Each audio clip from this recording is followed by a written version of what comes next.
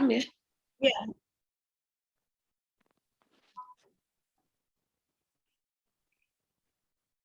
Baik, Bapak dan Ibu. Bismillahirrahmanirrahim. Assalamualaikum warahmatullahi wabarakatuh. Waalaikumsalam warahmatullahi wabarakatuh. Waalaikumsalam warahmatullahi wabarakatuh. Alhamdulillahirabbil alamin. Wassalatu wassalamu ala anbiya wal mursalin wa ala alihi wasahbihi amma ba'du. Yang saya hormati Direktur Sekolah Pasca Sarjana UHAMKA, yang dalam hal ini diwakili oleh Sekretaris 2 Sekolah Pasca Sarjana UHAMKA, Ibu Dr. Hajah Isana El Kuluko MPD. Kemudian yang saya hormati tim PKM, dalam hal ini sekaligus juga nanti sebagai narasumber Ibu Dr. Rismita MPD, dosen program studi administrasi pendidikan Sekolah Pasca Sarjana UHAMKA. Kemudian berikutnya sebagai tim PKM pada kali ini, Ibu Kristari Yuningsih MPD, kandidat sebentar lagi Bapak dan Ibu, insya Allah beliau akan sidang tesis. Jadi kita doakan semoga sukses Bapak dan Ibu sidang tesis di Sekolah Pasca Sarjana UHAMKA. Insya Allah tinggal menunggu hari ya Bapak dan Ibu sekalian, Ibu Kristari. Beliau adalah juga sebagai mitra di dalam kegiatan PKM pada siang hari ini Bapak dan Ibu sekalian. Jadi sekaligus kami mengucapkan terima kasih karena Sekolah Pasca Sarjana UHAMKA dalam hal ini bermitra dengan Sekolah Menengah Kejuruan Negeri 14 Jakarta Pusat Bapak dan Ibu sekalian. Kemudian Ibu Wakil Kepala Sekolah Negeri 14 Jakarta Pusat dan juga Bapak Ibu guru dan tenaga kependidikan di Sekolah Kejuruan Menengah Negeri 14 Jakarta Pusat yang pada siang hari ini alhamdulillah sudah hadir secara virtual Bapak dan Ibu sekalian. Baik Bapak dan Ibu, sebelum kegiatan ini dimulai, mari bersama-sama melafaz basmalah. Bismillahirrahmanirrahim. Bapak Ibu yang kami hormati, mari pertama dan utama memanjatkan puji syukur kehadirat Allah Subhanahu wa Ta'ala yang telah memberikan rahmat dan hidayahnya serta nikmatnya pada siang hari ini. Alhamdulillah kita masih diberi kesempatan untuk bersilaturahim dan juga melaksanakan kegiatan pengabdian kepada masyarakat, khususnya pada siang hari ini hingga sore. Kegiatan ini berupa atau dengan tema manajemen sumber daya sekolah di SMK Negeri Jakarta Pusat. Salawat dan salam semoga senantiasa tercurah untuk junjungan Nabi besar Muhammad Shallallahu Alaihi Wasallam, para keluarga, sahabat, dan insya Allah kita yang menjadi umatnya akan mendapat syafaat hingga yaumil kiamah. Amin ya rabbal alamin. Nah, Bapak dan Ibu yang kami hormati, Sekretaris Sekolah Pasca Sarjana UHAMKA, Ibu Dr. Isana El Kuluko MPD, kemudian Bapak dan Ibu semua yang hadir secara virtual, salam sehat semuanya Bapak dan Ibu, salam untuk kesehatan ini sangat penting ya karena kita masih dalam masa pandemi Bapak dan Ibu sekalian. Bapak Ibu serta hadirin yang kami hormati secara virtual pada siang hari ini, izinkan kami selaku Ketua Tim PKM pada siang hari ini melaporkan beberapa hal. Yang pertama, pelatihan ini bisa terselenggara dengan baik atas kerjasama yang sangat solid antara Sekolah Pasca Sarjana UHAMKA dengan SMK Negeri 14 Jakarta Pusat. Sekali lagi kami mengucapkan banyak terima kasih. Peserta pelatihan sebanyak 67 orang. Kemudian waktu kegiatan hari ini secara Zoom Bapak dan Ibu sekalian. Nah, 2 hari nanti secara pendampingan bisa melalui email dan juga bisa melalui WA Bapak dan Ibu pasca kegiatan pelatihan ini. Ibu Sekretaris yang kami hormati, Tujuan kegiatan pelatihan pada siang hari ini adalah dalam rangka meningkatkan keterampilan dalam mengelola sumber daya di sekolah, khususnya di SMK Negeri 14 Jakarta Pusat. Kita mengetahui bahwa sumber daya yang ada di sekolah itu banyak sekali, berkaitan dengan sumber daya manusia, sumber daya aset, sumber daya keuangan, dan lain sebagainya. Maka pada siang hari ini memang kami membatasi kegiatan ini berkaitan dengan pelatihan sumber daya manusianya saja. Narasumber pada siang hari ini terdiri dari dua, yaitu Ketua Tim sekaligus sebagai narasumber, Istaryati Ningtyas. Kemudian subtemanya adalah manajemen sumber daya manusia di sekolah. Narasumber berikutnya juga merangkap sebagai anggota tim adalah Ibu Dr. Rismita MPD. Subtemanya nanti berkaitan dengan penulisan karya ilmiah yang berkaitan dengan artikel, dan mudah-mudahan hari ini nanti ada pelatihan-pelatihan yang secara singkat begitu. Dan Bapak Ibu perlu juga kami melaporkan dalam kegiatan ini bahwa kegiatan ini merupakan PKM, pemberdayaan kepada masyarakat. Artinya Bapak dan Ibu, kami juga dalam hal ini dalam bimbingan dari Lembaga Pemberdayaan Pengabdian Masyarakat UHAMKA.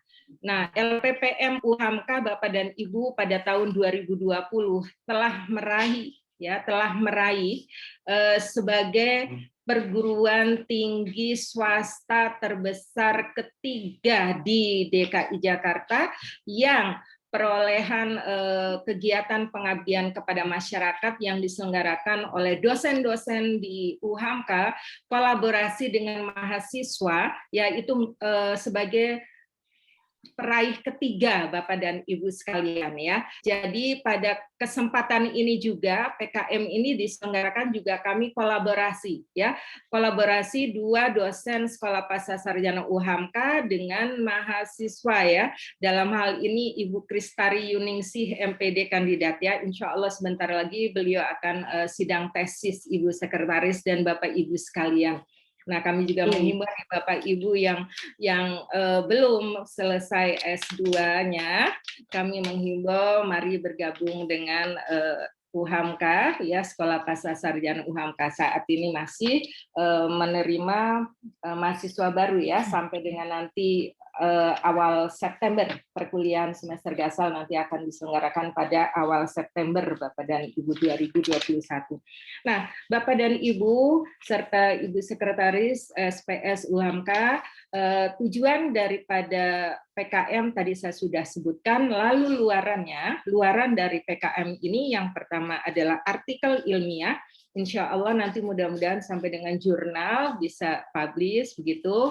Ibu Rismita ini karena bidangnya Bapak dan Ibu ya, trik dan tips bagaimana artikel itu bisa sampai menjadi jurnal, nanti kiat-kiatnya akan disampaikan oleh Ibu Dr. Rismita MPD. Kemudian luaran yang berikutnya adalah video kegiatan. Dan yang ketiga, bahwa kegiatan ini akan dipublish di mass media Bapak dan Ibu, baik itu mass media selama ini adalah mass media online Bapak dan Ibu sekalian. Nah, Bapak dan Ibu, demikianlah tadi secara singkat saya melaporkan kepada Ibu Sekretaris dan Bapak Ibu semua pada siang hari ini. Untuk kesempatan berikutnya kami mohon dengan hormat sambutan Sekretaris Sekolah Pascasarjana UHAMKA mewakili Direktur Sekolah Pascasarjana UHAMKA. Dalam hal ini Ibu Dr. Isana El Puluko MPD, dengan hormat kami persilahkan untuk memberikan sambutan sekaligus nanti membuka secara resmi pelatihan pada siang hari ini. Kami mohon maaf Bapak dan Ibu bila di dalam kegiatan Zoom meeting pada siang hari ini dan 2 hari ke depan nanti melalui komunikasi email maupun WA, ada banyak hal yang kekurangan, mohon dibukakan pintu maaf yang setulus-tulusnya. Kami juga mengucapkan banyak terima kasih atas peran serta aktif Bapak dan Ibu sekalian. Mudah-mudahan setiap langkah kita senantiasa mengandung nilai-nilai ibadah kepada Allah Subhanahu wa Ta'ala. Terima kasih sekali lagi. Billahi taufik wal hidayah. Wassalamualaikum warahmatullahi wabarakatuh. Waalaikumsalam warahmatullahi wabarakatuh. Ini sekaligus selanjutnya ya, kegiatan laporan ini sudah, berarti kegiatan berikutnya Bapak dan Ibu di sini adalah untuk pembacaan kalam ilahi ya Bapak dan Ibu. Silakan Bu Kristari.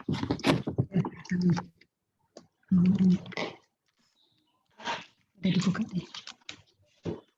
Baik Bu.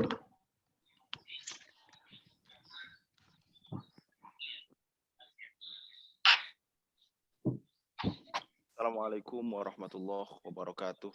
Waalaikumsalam. Waalaikumsalam.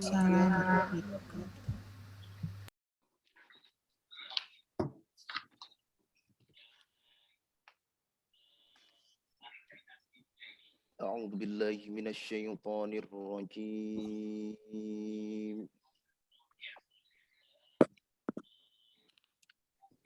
Bismillahirrahmanirrahim.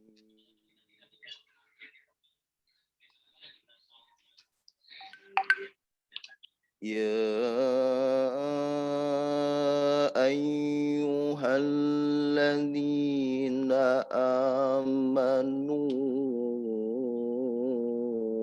idza qila lakum tafassahu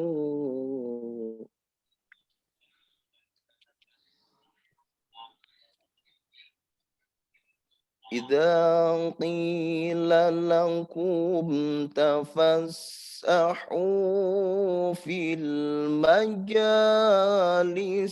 فافسحوا يفسح الله لكم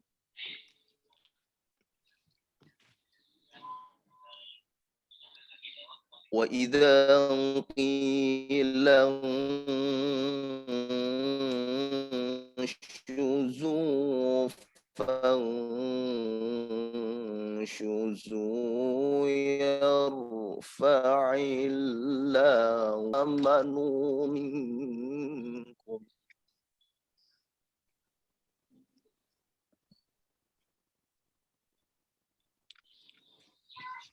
يرفع الله الذين آمنوا منكم والذين أوتوا العلم درجات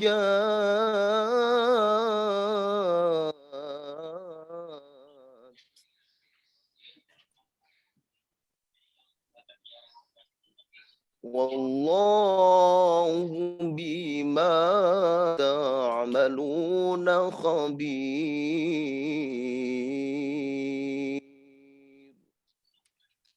صدق الله العظيم.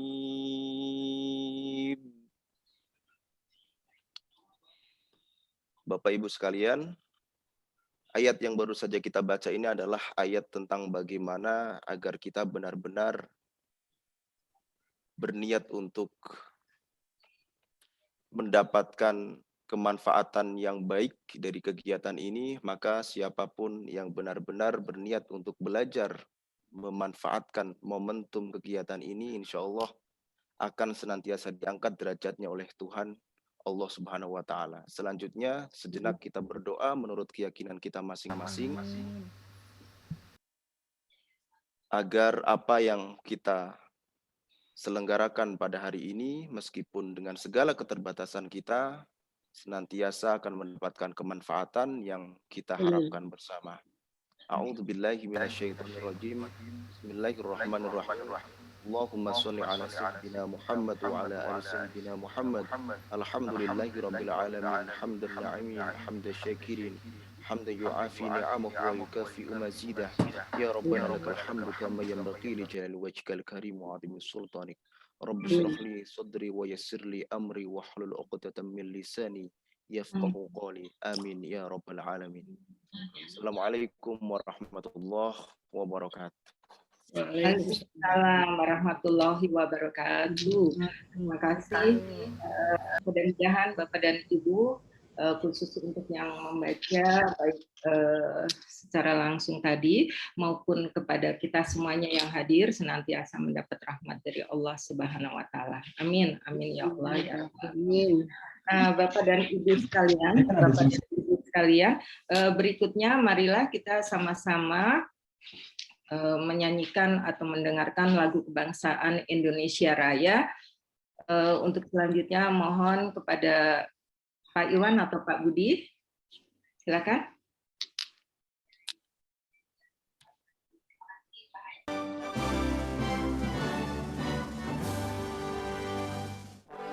Indonesia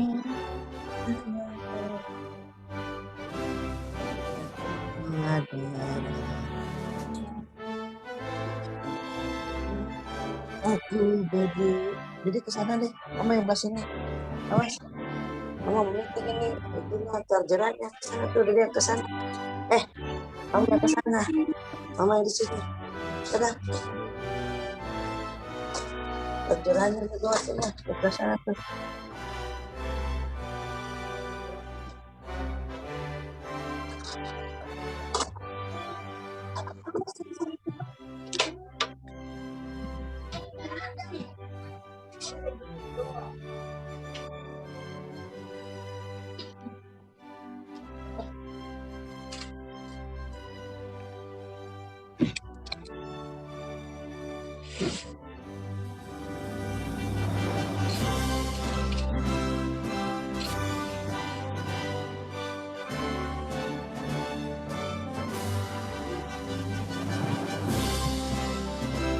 Tumpah darahku, di sanalah aku berdiri, jadi pandu ibuku.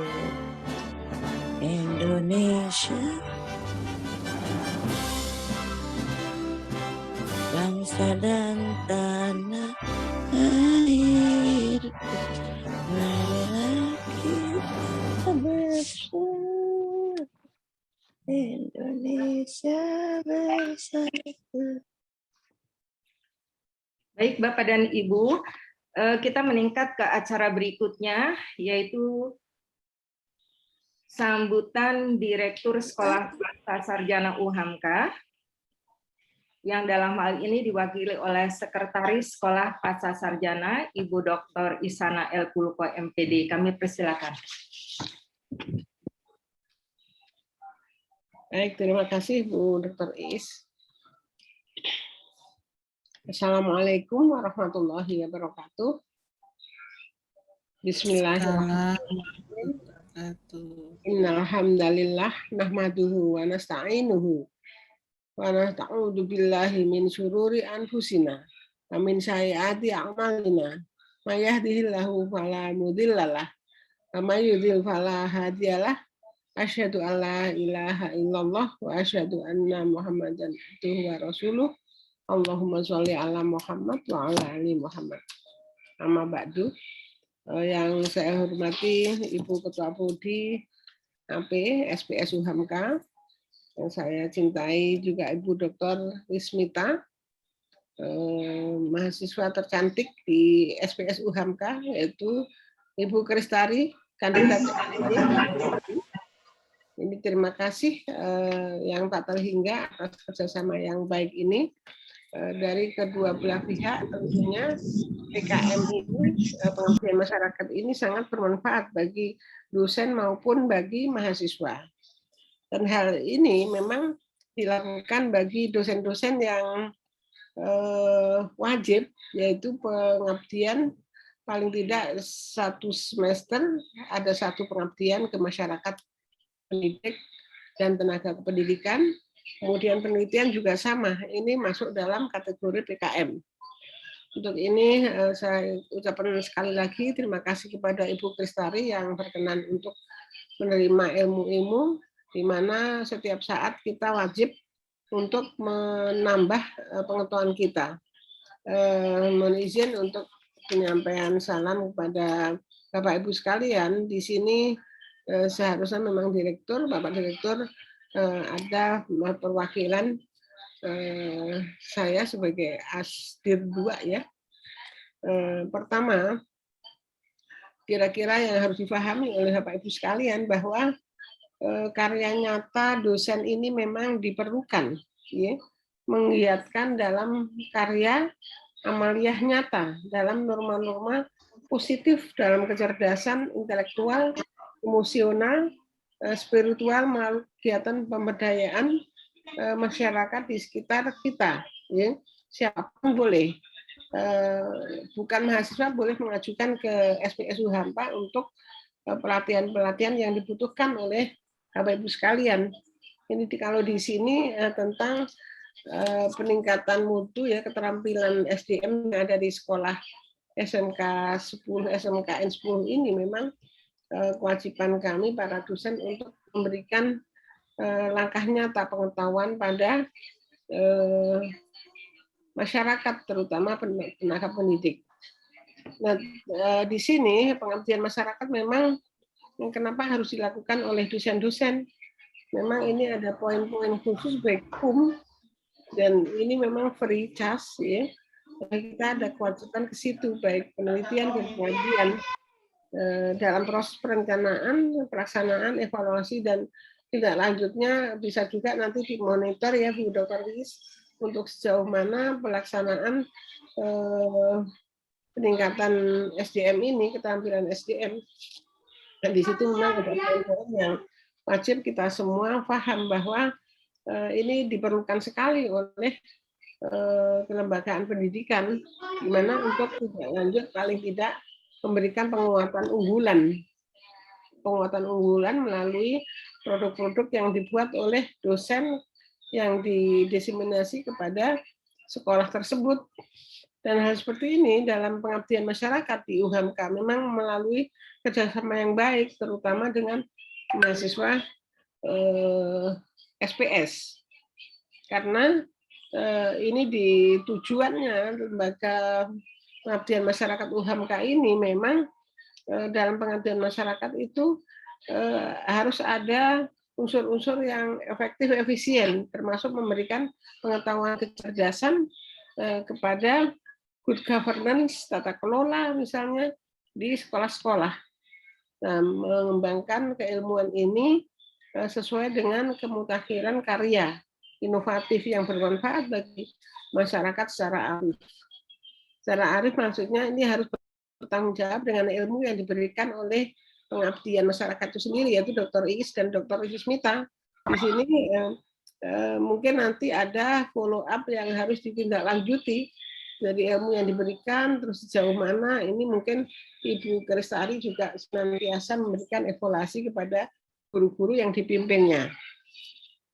Nah ini antara lain terbentuknya kemitraan ini yang akan ditransfer oleh dosen-dosen kami yang sesuai dengan keahliannya, baik Bu Dr. Iis maupun Bu Dr. Isusmita. Kebetulan beliau ini kaprodi baru ya, yang selama ini memang aktif sekali dalam pengabdian masyarakat di DKI, terutama tentang peningkatan mutu SDM.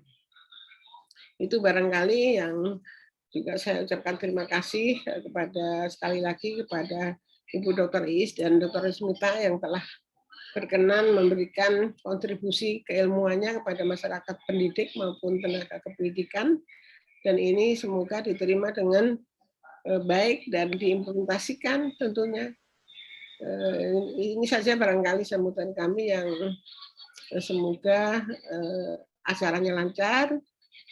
Nanti sekaligus saya membuka dengan Bismillahirrahmanirrahim bersama-sama.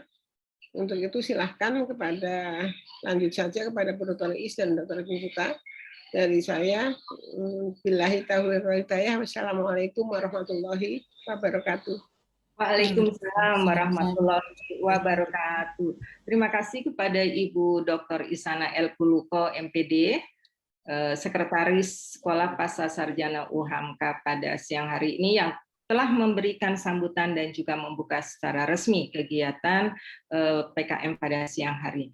Baik Bapak dan Ibu, izinkan kami untuk selanjutnya Ya, untuk selanjutnya akan mencoba share screen untuk kegiatan pada siang hari ini, Bapak dan Ibu sekalian. Ya, mohon izin.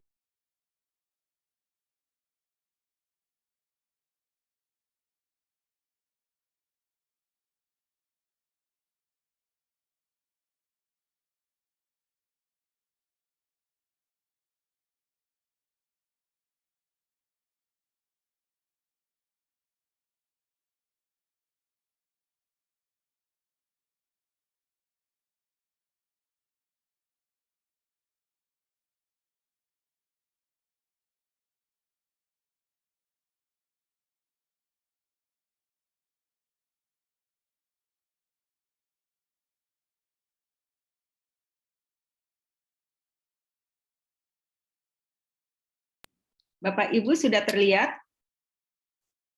Halo? Sudah, Bu. Oke. Sudah, Bu. Baik, ya, baik Bapak dan Ibu. Oh, agak mantul ya suaranya ya. Mantap betul. Mantul. Bapak dan Ibu, baik kita lanjutkan kegiatan pada siang hari ini. Untuk kegiatan yang selanjutnya masuk ke dalam materi ya Bapak dan Ibu.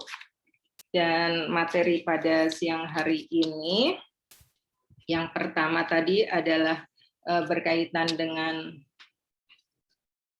kegiatan dengan apa namanya dibatasi sumber daya manusia ya, karena kita tahu kalau di sekolah itu kan sumber daya itu banyak sekali ya, ada sumber daya ada SDM-nya, ada apa namanya pengelolaan aset, kemudian ada lagi keuangan gitu ya. Nah, jadi pada siang hari ini kami terbatas membatasi untuk yang sumber daya manusia Bapak dan Ibu sekalian. Nah, Bapak Ibu sekalian, untuk kegiatan SDM ini di sekolah ya, kita memahami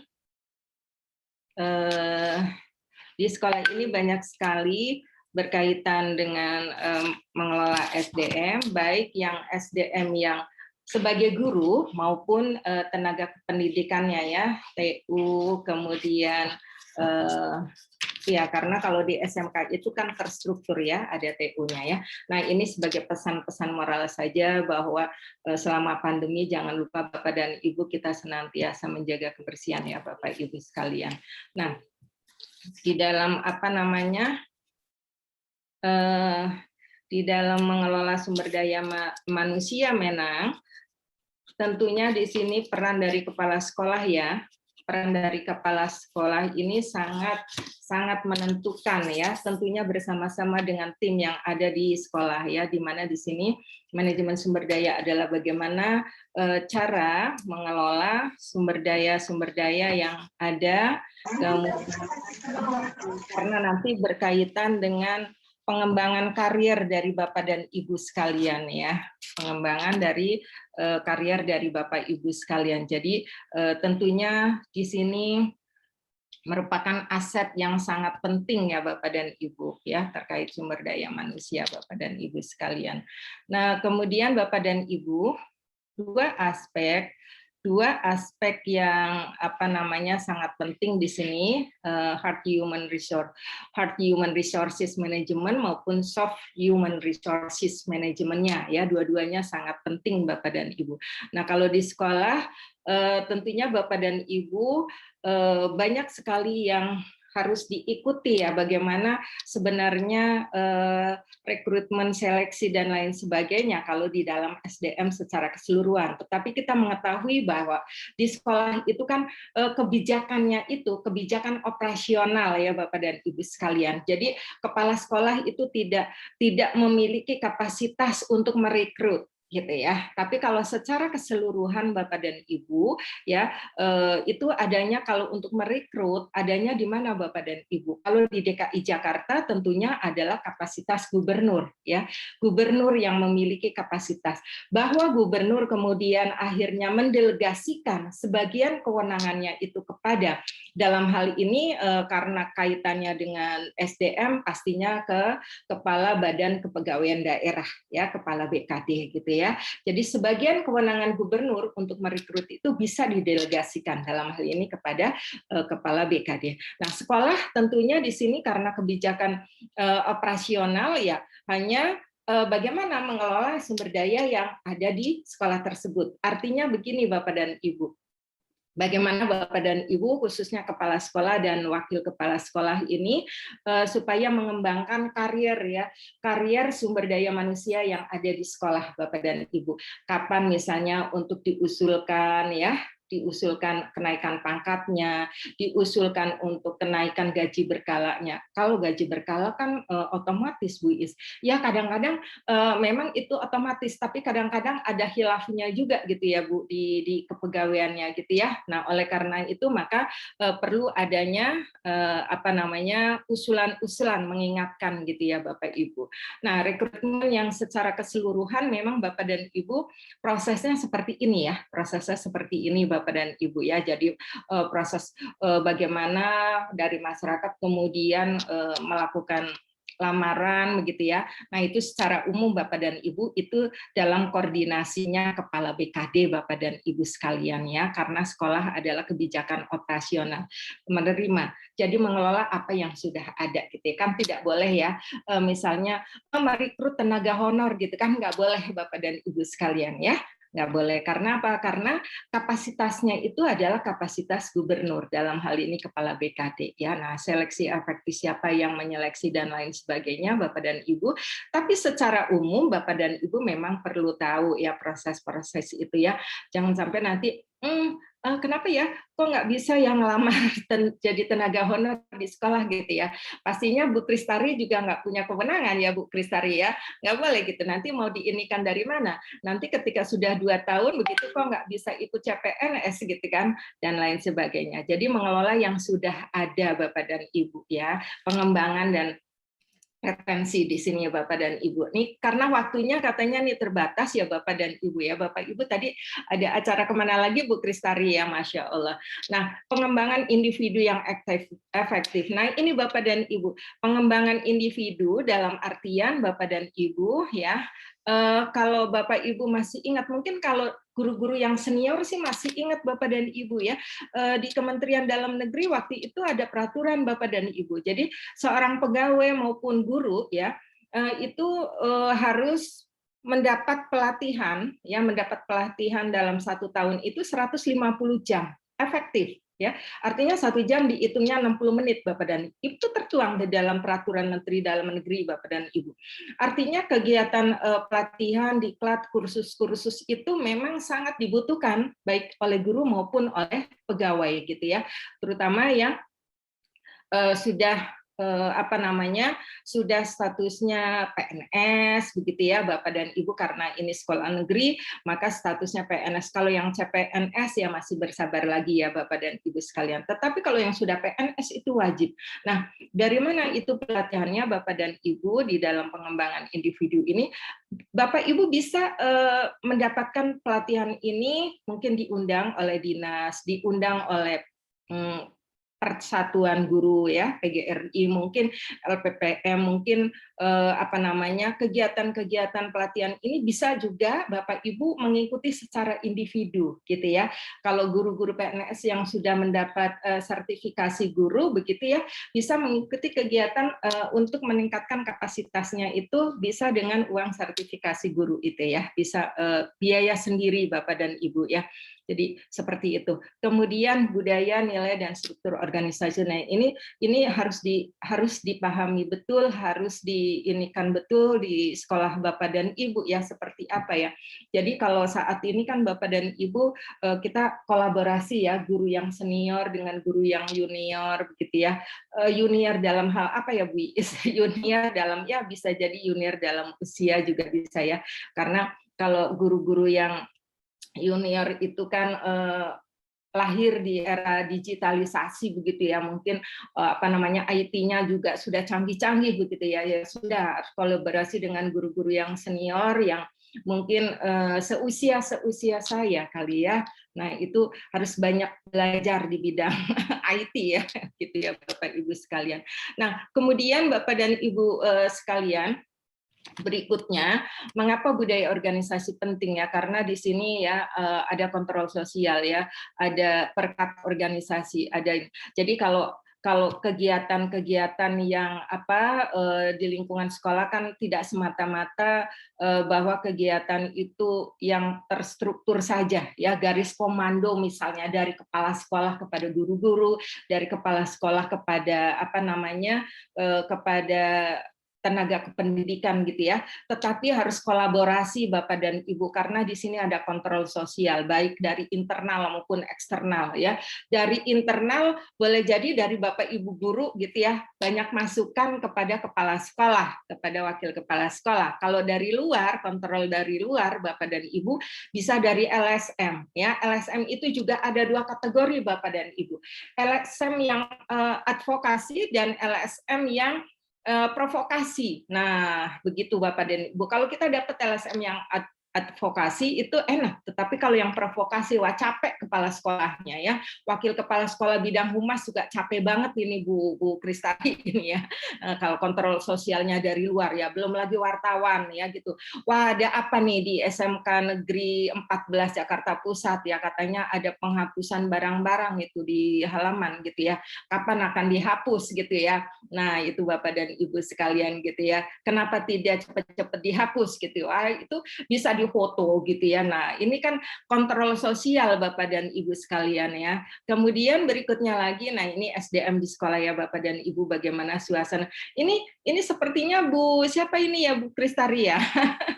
Kemarin Ibu Yeni ya, bukan ya? Ya, oke, suasananya ya. Ini maaf Bapak Ibu, memang gambarnya diambilnya pada saat sebelum pandemi ya. Kemarin saya mau cari, aduh yang pakai gini. Saya juga tadi sebenarnya pakai ini terus, tapi ya sudah, nanti kalau saya pakai ini terus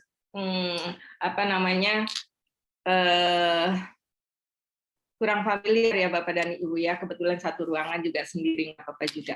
Nah, pengelolaan SDM di sekolah nih Bapak dan Ibu, guru merupakan SDM yang mempunyai nilai ya, mempunyai nilai yang sangat berarti di sekolah ya. Oleh karena itu bagaimana Bapak dan Ibu memanagenya itu dengan baik ya. Bagaimana Bapak dan Ibu membuat teamwork yang solid gitu ya. Karena apa? Karena di dalam pengelolaan atau memanage manusia itu kan unik Bapak dan Ibu ya. Bu Kristari pastinya sudah memetakan ya, kalau Bu Yeni itu bagaimana, kalau Pak Syukur tadi itu bagaimana gitu ya kan, cara pendekatannya berbeda-beda gitu ya Bu Kristari, tapi tujuannya adalah bagaimana supaya meningkatkan kualitas ya, kualitas dan prestasi yang ada terus ditingkatkan ya, bagaimana sustainability-nya ya. Kalau di dalam itu teorinya si Peter Drucker itu adalah SCE, Sustainable Competitive Advantage. Jadi keunggulan bersaing itu harus ditingkatkan terus, jangan puas saat ini sudah misalnya dalam persiapan lomba sekolah saya berapa tahun yang lalu sudah gitu ya, tapi sekarang harus mengikuti lagi. Kalau baru tahun kemarin, tahun berikutnya nggak boleh lagi gitu ya. Tapi kalau sudah berapa tahun harus mengikuti lagi gitu ya, lomba, kompetisi begitu Bapak dan Ibu. Nah, ini tenaga kependidikannya Bapak dan Ibu itu juga siapa-siapa yang mau naik pangkat gitu ya. Nah, itu datanya sudah terikot gitu ya Bapak Ibu, soalnya kalau nggak diusulkan juga aduh mana inget dinas pendidikan untuk ini kan di SMK 14 siapa sih yang mau naik pangkat. Nah, itu tugas kepala sekolah beserta tim ya untuk mengusulkan siapa-siapa saja yang mau kenaikan pangkatnya ini ya. Kemudian siapa yang misalnya ini kan sekolah unggul begitu ya, maka komposisi SDM yang sudah S1, S2 bahkan untuk S3-nya ya, karena saya ingat Jakarta Pusat waktu itu juga ada Bu Kristari, almarhum ya Pak Husen, Dr. Husen almarhum, beliau juga pernah jadi kepala SMA 77 ya di Jakarta Pusat ya, pada saat sekolahnya diresmikan oleh Pak Gubernur, waktu itu juga saya masih sempat hadir Bapak dan Ibu sekalian ya. Nah, kemudian ini groups versus teamwork gitu ya. Kalau teamwork Bapak dan Ibu di sini sangat-sangat dibutuhkan ya, karena satu sama lain saling membutuhkan. Di sini ada sharing, ada diskusi yang sangat intens begitu ya. Lebih saling melengkapi Bapak dan Ibu kalau di dalam tim ya Bapak dan Ibu ya. Oleh karena itu maka kalau di sekolah itu kan ada ini ya Bu Kristari ya, menjelang misalnya mau UAS ya, UAS BN apa ya namanya? Bukan UAS, UN ya waktu itu. Sekarang asesmen ya Bu Kristari ya. Itu ada tim ya, tim sukses ya Bu ya, tim sukses tapi positif gitu ya, tim sukses tapi positif gitu ya. Memang ada yang negatif saya nggak tahu. Saya tahunya yang positif gitu ya. Nah, itu harus merupakan tim gitu ya. Yang satu misalnya mengevaluasi ini, tapi dalam bentuk tim Bapak dan Ibu. Nah, ini karakteristik dari tim ya. Dikatakan tim atau kelompok apabila, nah ini saya pikir ini sudah dilakukan, saya yakin ya Bapak dan Ibu. Fase kelompok ya Bapak dan Ibu ya. Kalau Bapak Ibu Bu Kristari sudah sampai di ini berarti sudah luar biasa gitu ya kurvanya ya.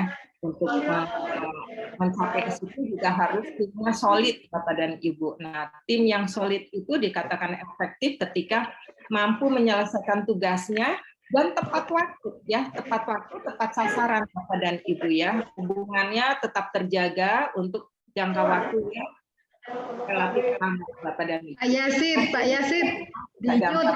Nah, memang tidak gampang Bapak dan Ibu untuk menjalin teamwork yang solid dan berlangsung lama ya. Itu figur seorang kepala sekolah sangat-sangat ya diidolakan begitu ya. Jadi untuk figur kepala sekolah juga sangat diidolakan Bapak dan Ibu. Nah, faktor sukses tim kerja di sekolah Bapak dan Ibu nih Azal memiliki tujuan yang jelas dan lain sebagainya. Saya pikir di SMK Negeri 14 Jakarta Pusat juga visi misinya juga jelas ya Bapak dan Ibu sekalian. Bapak dan Ibu kemarin kami berdua juga beranjang sana ke SMK Negeri 14 Jakarta Pusat ya. Karena apa? Karena kami harus datang begitu ya. Karena di dalam proses untuk PKM ini memang harus dilalui seperti itu begitu ya. Walaupun dulu saya pernah datang tahun berapa saya lupa Bu Kristari, Bapak Ibu sekalian, ketika SMK Negeri 14 Jakarta Pusat mengikuti lomba sekolah sehat. Waktu itu Ibu Dr. Rita Aryani sebagai kepala SMK 14 ya. Waktu itu saya hadir Bapak dan Ibu, tapi berapa tahun yang lalu gitu ya Bapak Ibu sekalian. Nah ini di dalam pengembangan SDM ini komponen penilaian kinerja gurunya ini juga sangat penting Bapak dan Ibu ya, pedagogiknya seperti apa, komponennya ya, kompetensi pribadinya seperti apa begitu ya. Karena guru itu digugu dan ditiru Bapak dan Ibu. Jadi sangat-sangat sangat diidolakan oleh peserta didik Bapak dan Ibu sekalian. Ya Bu Kristari, Bapak Ibu sekalian ya. Kalau misalnya rambutnya panjang sedikit, mamah papahnya di rumah nyuruh potong rambut begitu ini. Tapi kalau misalnya Bapak Ibu guru yang pesan, nah besok di ini, wah udah langsung deh, langsung ya. Karena apa? Tadi guru digugu dan ditiru ya Bapak dan Ibu sekalian. Nah kemudian proses pengangkatan kepala sekolah nih Bapak dan Ibu ya. Pertanyaannya Bapak dan Ibu, wah sudah berapa tahun ini kan ada itu lelang jabatan gitu ya, ada lelang jabatan, apa tidak kontradiktif dengan undang-undang kepegawaian ya Bapak Ibu. Terus berikutnya lagi juga lelang jabatan struktural ya. Jadi pada saat itu awal-awalnya lelang kepala sekolah ya Bapak dan Ibu, lelang jabatan kepala sekolah ya. Lalu berapa tahun kemudian lelang jabatan struktural gitu ya Bapak Ibu. Nah ini mungkin awalnya waktu itu DKI Jakarta ya yang mengawali ya, baru ada beberapa provinsi juga mengikuti Bapak dan Ibu untuk lelang jabatan itu ya. Nah, saya tidak tahu kemarin Bu Kristari sebelum jadi kepala SMK Negeri 14 itu kan wakil kepala SMK Negeri 27 Jakarta Pusat ya Bu Kristari ya. Ya Bapak dan Ibu sekalian. Nah, apakah juga melalui proses lelang jabatan kepala sekolah, saya kurang tahu persis juga tuh kemarin ya, ngikutin ya Bapak Ibu sekalian ya. Tetapi sebenarnya kalau di dalam proses pengangkatan kepala sekolah, ini saya mengambil bahan-bahan dari peraturan menteri Bapak dan Ibu sekalian ya. Nah, itu proses-prosesnya ada ya, ada yang secara administrasi ya, persyaratan administrasi, persyaratan umum, persyaratan khusus. Wah, banyak sekali Bapak dan Ibu syarat-syaratnya gitu ya. Nah, kemudian masa tugasnya 1 periode 4 tahun ya Bu Kristari ya, atau sudah ada peraturan lain ya.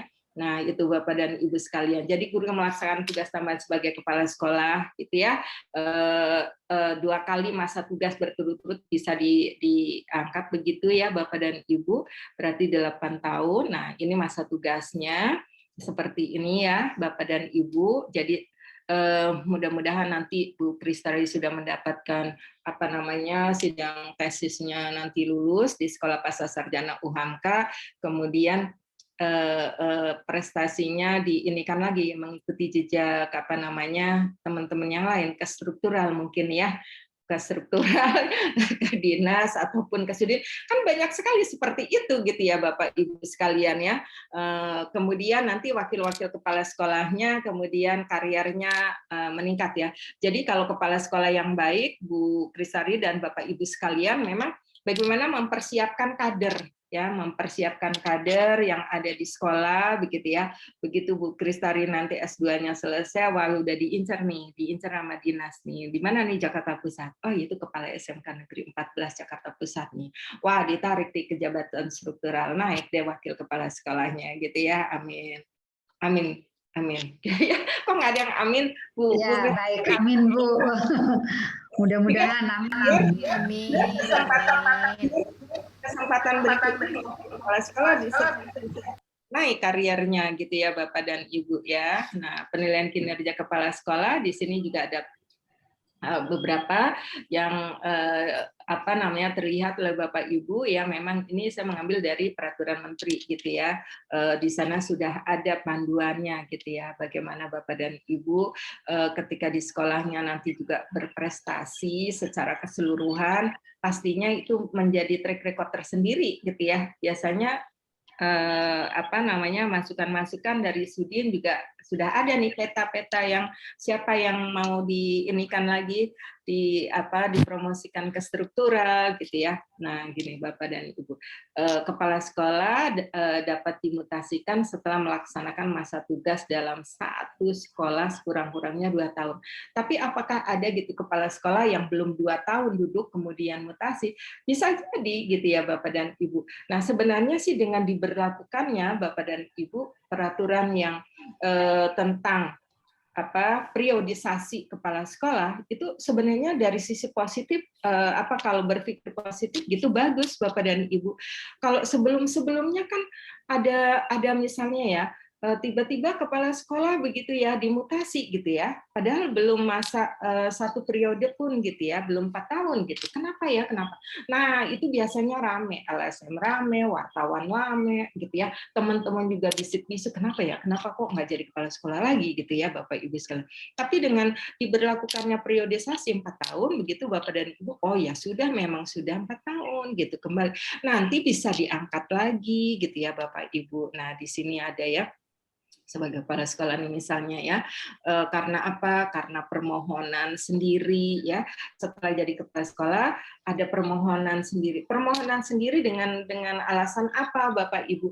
Bisa jadi ya alasannya itu karena mungkin mengikuti suami ya bertugas ke luar negeri. Ada Bapak dan Ibu seperti itu ya, pernah ada seperti itu. Jadi mengundurkan diri sebagai bahkan cuti di luar tanggungan negara ya, karena suaminya tugas di luar negeri gitu ya. Kemudian masa penugasan berakhir ya. Nah, ini bisa berakhir juga nih tugas kepala sekolah. Telah mencapai batas usia pensiun jabatan fungsional guru ya, karena sudah mencapai 60 tahun misalnya. Nah, banyak sekali nih. Atau diangkat pada jabatan lain. Ya itu tadi, misalnya Bu Kristari ini S2-nya nanti sudah final ya, sidang tesisnya lulus nih bulan Juli, insya Allah, amin ya rabbal alamin. Nah itu Bu Kristari sudah punya hak untuk memakai gelar MPD-nya begitu. Nah itu, diangkat pada jabatan lain, ke jabatan struktural ya, otomatis jabatan sebagai kepala sekolahnya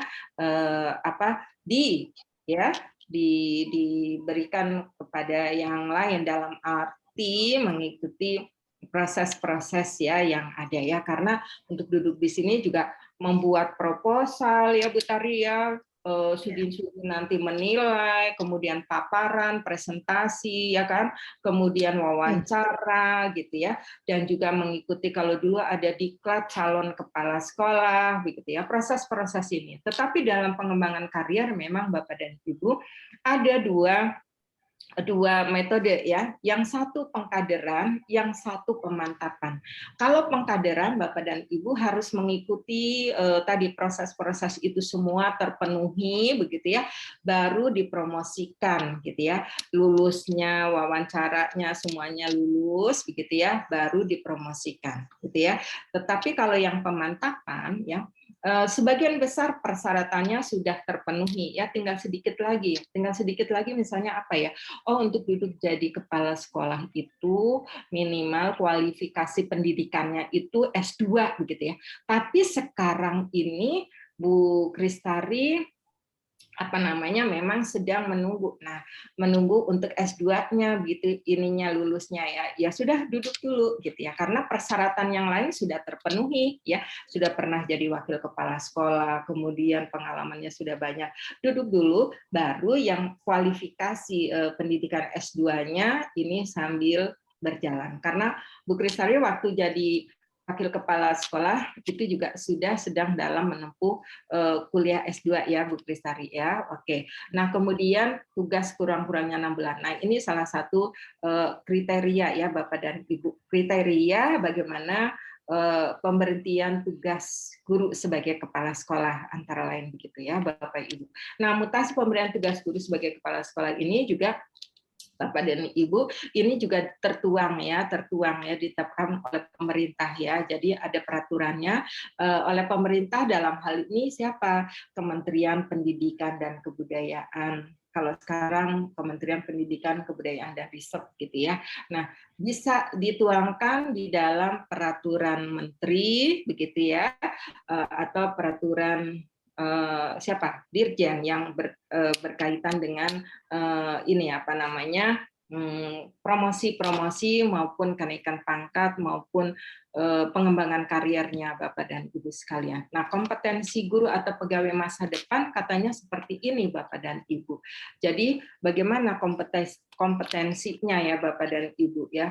Ini kemampuan berkomunikasi, berpikir jernih dan kritis. Saya pikir Bapak dan Ibu ini yang disebut sebagai kalau kita mengenal adalah 4C ya Bapak Ibu ya. Saya yakin guru-guru di SMK Negeri 14 Jakarta Pusat gitu ya sudah 4C ini sudah betul-betul diimplementasikan ya. Ada critical thinking, ada creativity, collaboration, communication.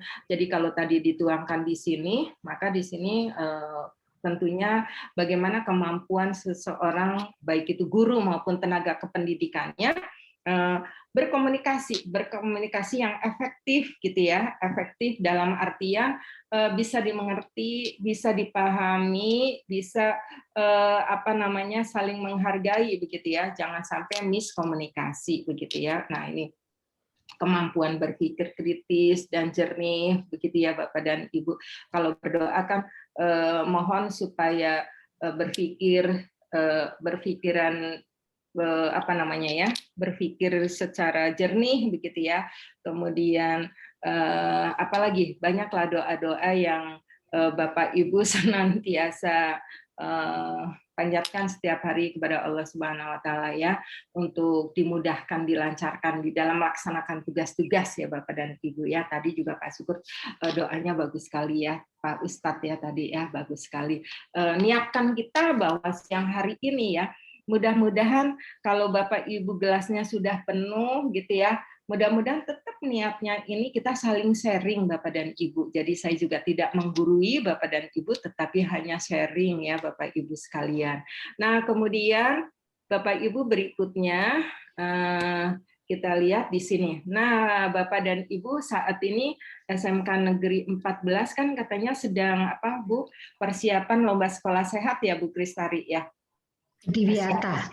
Oh, Adiwiyata, bahkan Adiwiyata luar biasa. Di Jakarta Pusat itu dulu Adiwiyata kalau SDN itu ada SDN Ben Hill ya.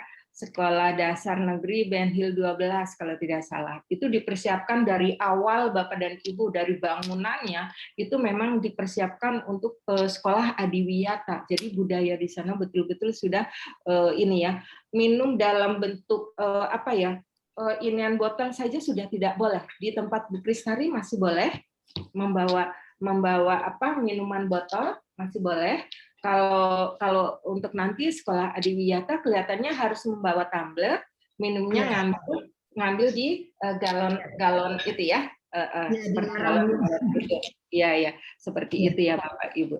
Nah, Bapak dan Ibu, kalau di dalam portofolio guru berprestasi dan pegawai berprestasi, Bapak dan Ibu di sini ada nih kualifikasi akademik. Nah, nanti kalau untuk sekolah Adiwiyata atau Ibu Bestari dan SMK 14 ini akan mengikuti lomba-lomba begitu ya, biasanya profil PNS-nya maupun pegawainya itu juga dilihat gitu ya.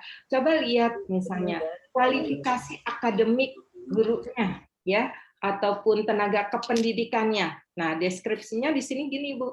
Kalau misalnya ada guru yang apa namanya kualifikasi akademiknya itu sudah S3 atau S2 yang relevan terakreditasi BAN PT begitu ya. Nanti di sini nilainya itu optimal. Nilainya nanti di sini 4 gitu Bapak dan Ibu gitu ya. Kalau misalnya kualifikasi akademiknya itu Bapak dan Ibu masih di sini ya S2 kemudian tidak relevan atau non kependidikan ya. Kalau non kependidikan Bapak dan Ibu ini dikatakan tidak relevan gitu ya. Tetapi kalau masih bidang pendidikan maka Bapak Ibu masuk di sini nilainya 4. Ini portofolio guru berprestasi ya. Jadi individu gitu ya Bapak dan Ibu sekalian atau pegawai gitu ya. Misalnya Bu Kristari nih sebentar lagi S2. Maka relevan karena apa? Karena bidang pendidikan. Bu Kristari nanti nilainya di sini 4. Ya, optimal nilainya 4 gitu ya.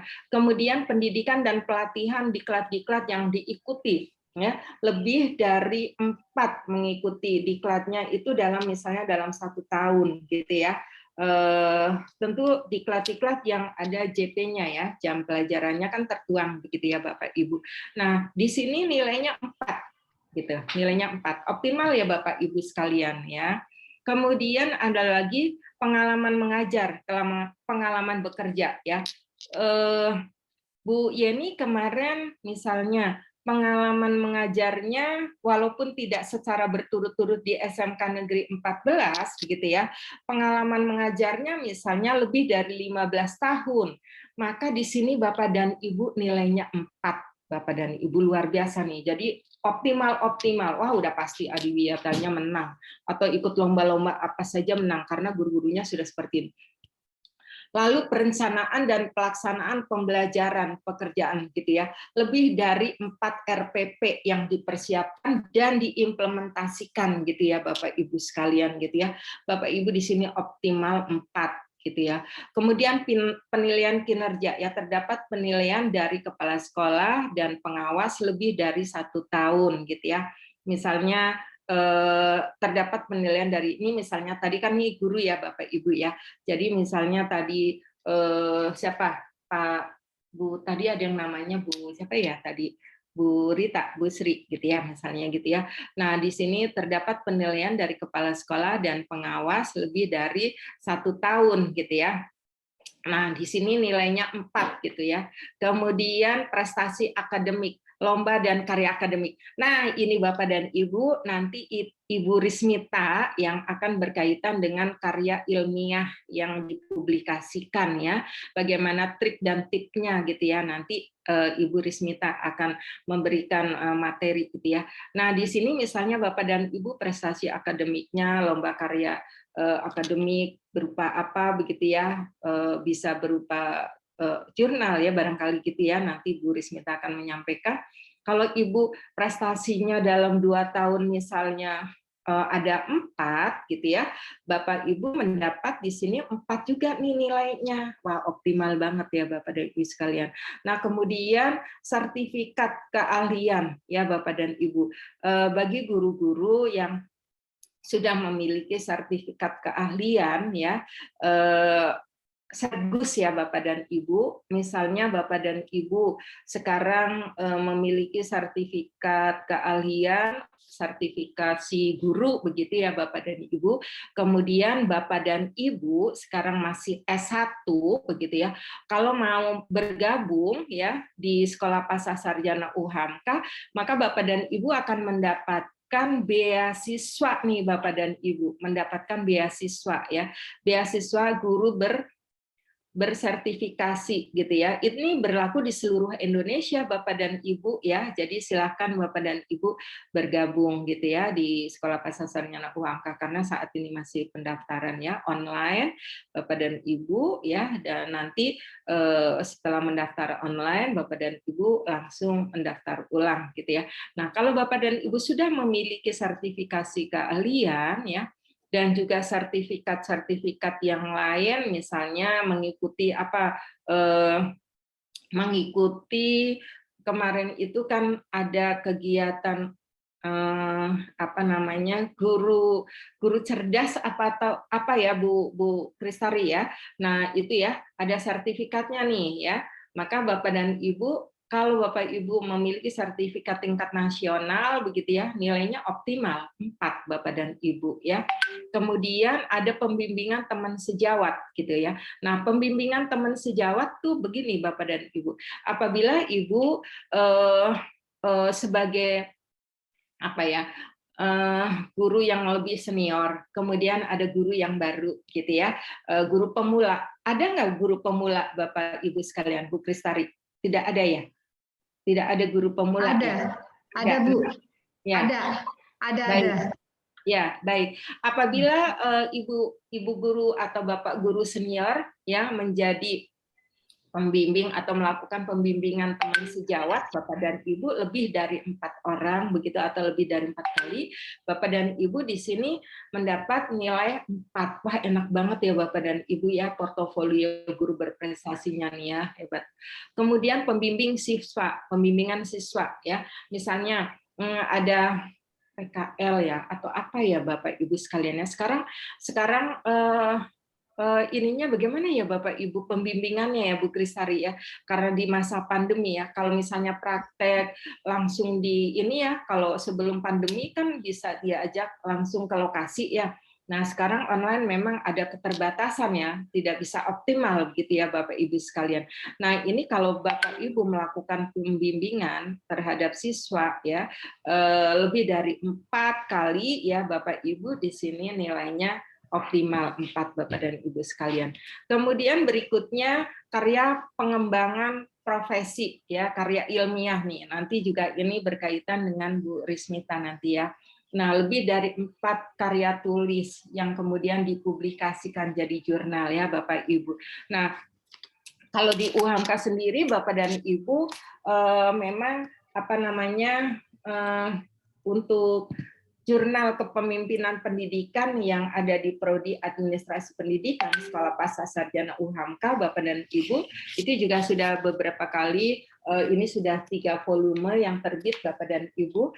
Di sini juga berupa jurnal Bapak dan Ibu sudah, ini ya jurnalnya, di dalamnya itu kolaborasi ya antara dosen dengan mahasiswa Bapak dan Ibu. Di sini ada Bu Rismita, kemudian saya, kemudian mahasiswa juga Bu Lulu ya, Ibu Dr. Isana El Puluko MPD kolaborasi juga dengan mahasiswa gitu ya. Kemudian jadi jurnal ya, jadi jurnal Bapak dan Ibu sekalian ya, sudah dipublikasikan berupa jurnal ya. Kami juga menerima publikasi artikel-artikel dari luar juga ya. Ini di sini kemarin juga ada yang dari Bogor ya, ada juga secara individu begitu ya. Sepanjang itu template-nya memenuhi, nanti bisa dipublikasikan jadi jurnal Bapak dan Ibu sekalian gitu. Kemudian di sini karya pengembangannya itu berupa karya tulis, penelitian gitu ya. Kalau misalnya ini nanti hasil penelitian ini kok pengabdian masyarakat ini juga insya Allah Bu Kristari, Bapak Ibu sekalian, ini kami akan usahakan untuk bisa publish begitu ya, bisa publish nanti insya Allah ya dengan Bu Rismita. Bu Rismita itu anggota ini Bu, anggota tim jurnal ya, anggota tim jurnal, khususnya jurnal kepemimpinan pendidikan di Prodi Administrasi Sekolah Pasca Sarjana UHAMKA. Nah, kemudian kalau Bapak Ibu guru sebagai reviewer buku ya, penulis soal UAN, UAS ya, itu juga Bapak Ibu ada prestasi seperti itu, ada nilainya Bapak Ibu sekalian ya. Kemudian media dan alat pembelajaran. Bapak dan Ibu misalnya apa istilahnya menciptakan media dan alat pembelajaran begitu ya, yang betul-betul hasil karya dari ibu guru gitu ya. Nah, itu juga ada nilainya Bapak dan Ibu sekalian ya di dalam portofolio guru berprestasi gitu. Berikutnya Bapak dan Ibu di sini ada keikutsertaan dalam forum ilmiah dalam kurun waktu 5 tahun terakhir gitu ya. Misalnya mengikuti konferensi, kalau Bapak Ibu guru kan sering ya, karena apa? Masuk di dalam forum-forum, masuk dalam organisasi atau asosiasi begitu ya. Nah, itu juga Bapak Ibu berapa kali nih kalau dalam 5 tahun berturut-turut Ibu Bapak masuk ya mengikuti forum ini ilmiah baik nasional maupun internasional begitu ya. Bapak Ibu optimal di sini, nilainya juga 4 ya, menjadi pengurus organisasi di bidang pendidikan dan sosial. Pengalaman organisasi dalam kurun waktu 5 tahun terakhir misalnya ya. Kalau dosen itu ada namanya ADI, Asosiasi Dosen Indonesia. Kalau masuk di pengurus Bapak dan Ibu ya, masuknya cuma satu organisasi misalnya, ya dapat nilainya 1. Tapi misalnya masuk di kalau dosen misalnya Asosiasi Dosen Indonesia, Asosiasi Dosen Republik Indonesia, ADRI gitu ya, misalnya 2, maka di sini nilainya 2. Nah, kalau guru kan banyak ya. Ada PGRI, ada apa lagi Bu Kristari ya? PGRI terus ada apa lagi, Bu? Ada forum guru. Nah, forum guru, terus apa lagi? Ada MGMP. Nah, MGMP-nya belum ya. Kalau Bu Kristari masuk MGMP-nya apa tuh? MGMP apa? Kalau kepala sekolah ya MKKS. Ya. MKKS-nya ya. MGMP ya. Nah, ya.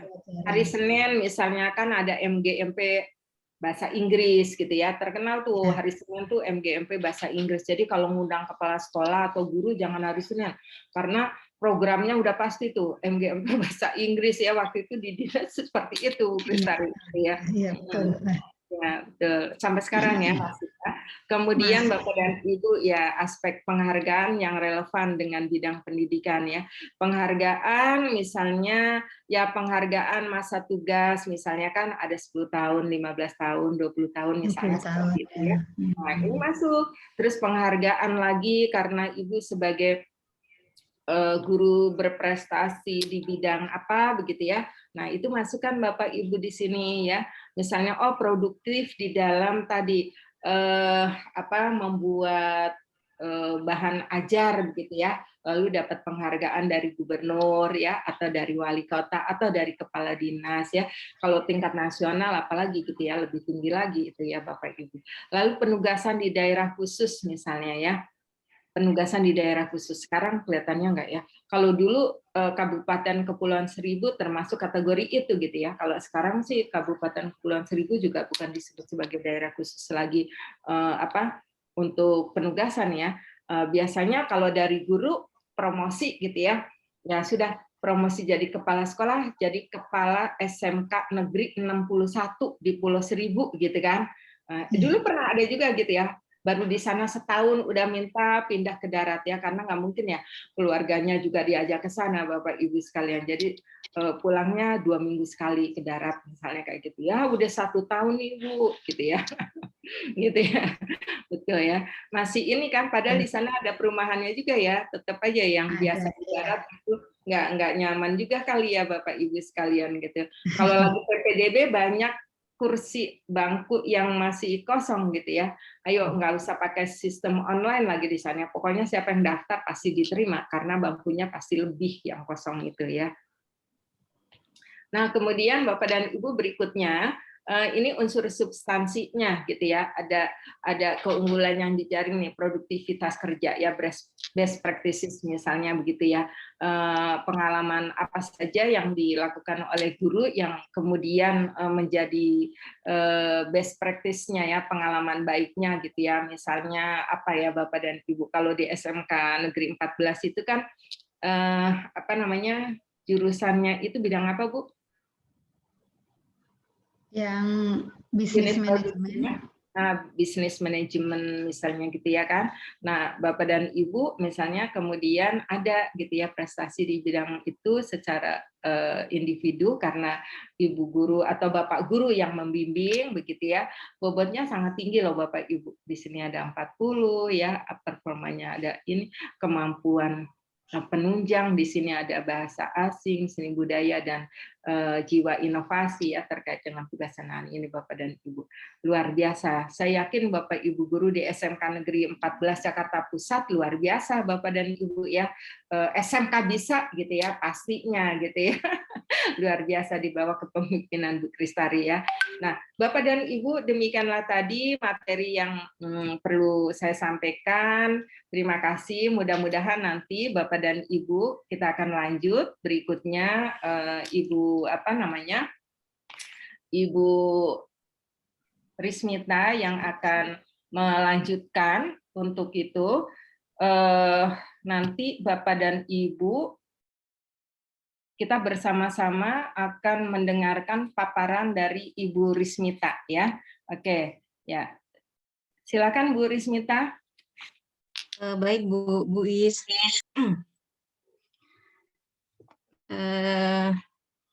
Bismillahirrahmanirrahim. Assalamualaikum warahmatullahi wabarakatuh. Sebelum saya memaparkan materi, saya mungkin singkat aja ya, karena Bu Is udah memaparkan tadi secara lengkap dan jelas. Saya hanya fokus kepada penulisan karya ilmiah, karena dalam penulisan karya ilmiah ini merupakan salah satu syarat untuk mengajukan kenaikan golongan atau pangkat. Sebelum saya mulai, saya mengucapkan terima kasih kepada Bu Kristari sebagai mitra dalam melaksanakan PKM ini. Kemudian kami, tim PKM, berdua sama Ibu Kaprodi, Bu Istaryasti. Kemudian tentunya ada dukungan dari Sekolah Pasca Sarjana yang hari ini diwakili oleh Ibu Sekretaris SPS, Ibu Dr. Hajal Isana Kuloko. Baiklah, saya akan menampilkan PPT saya.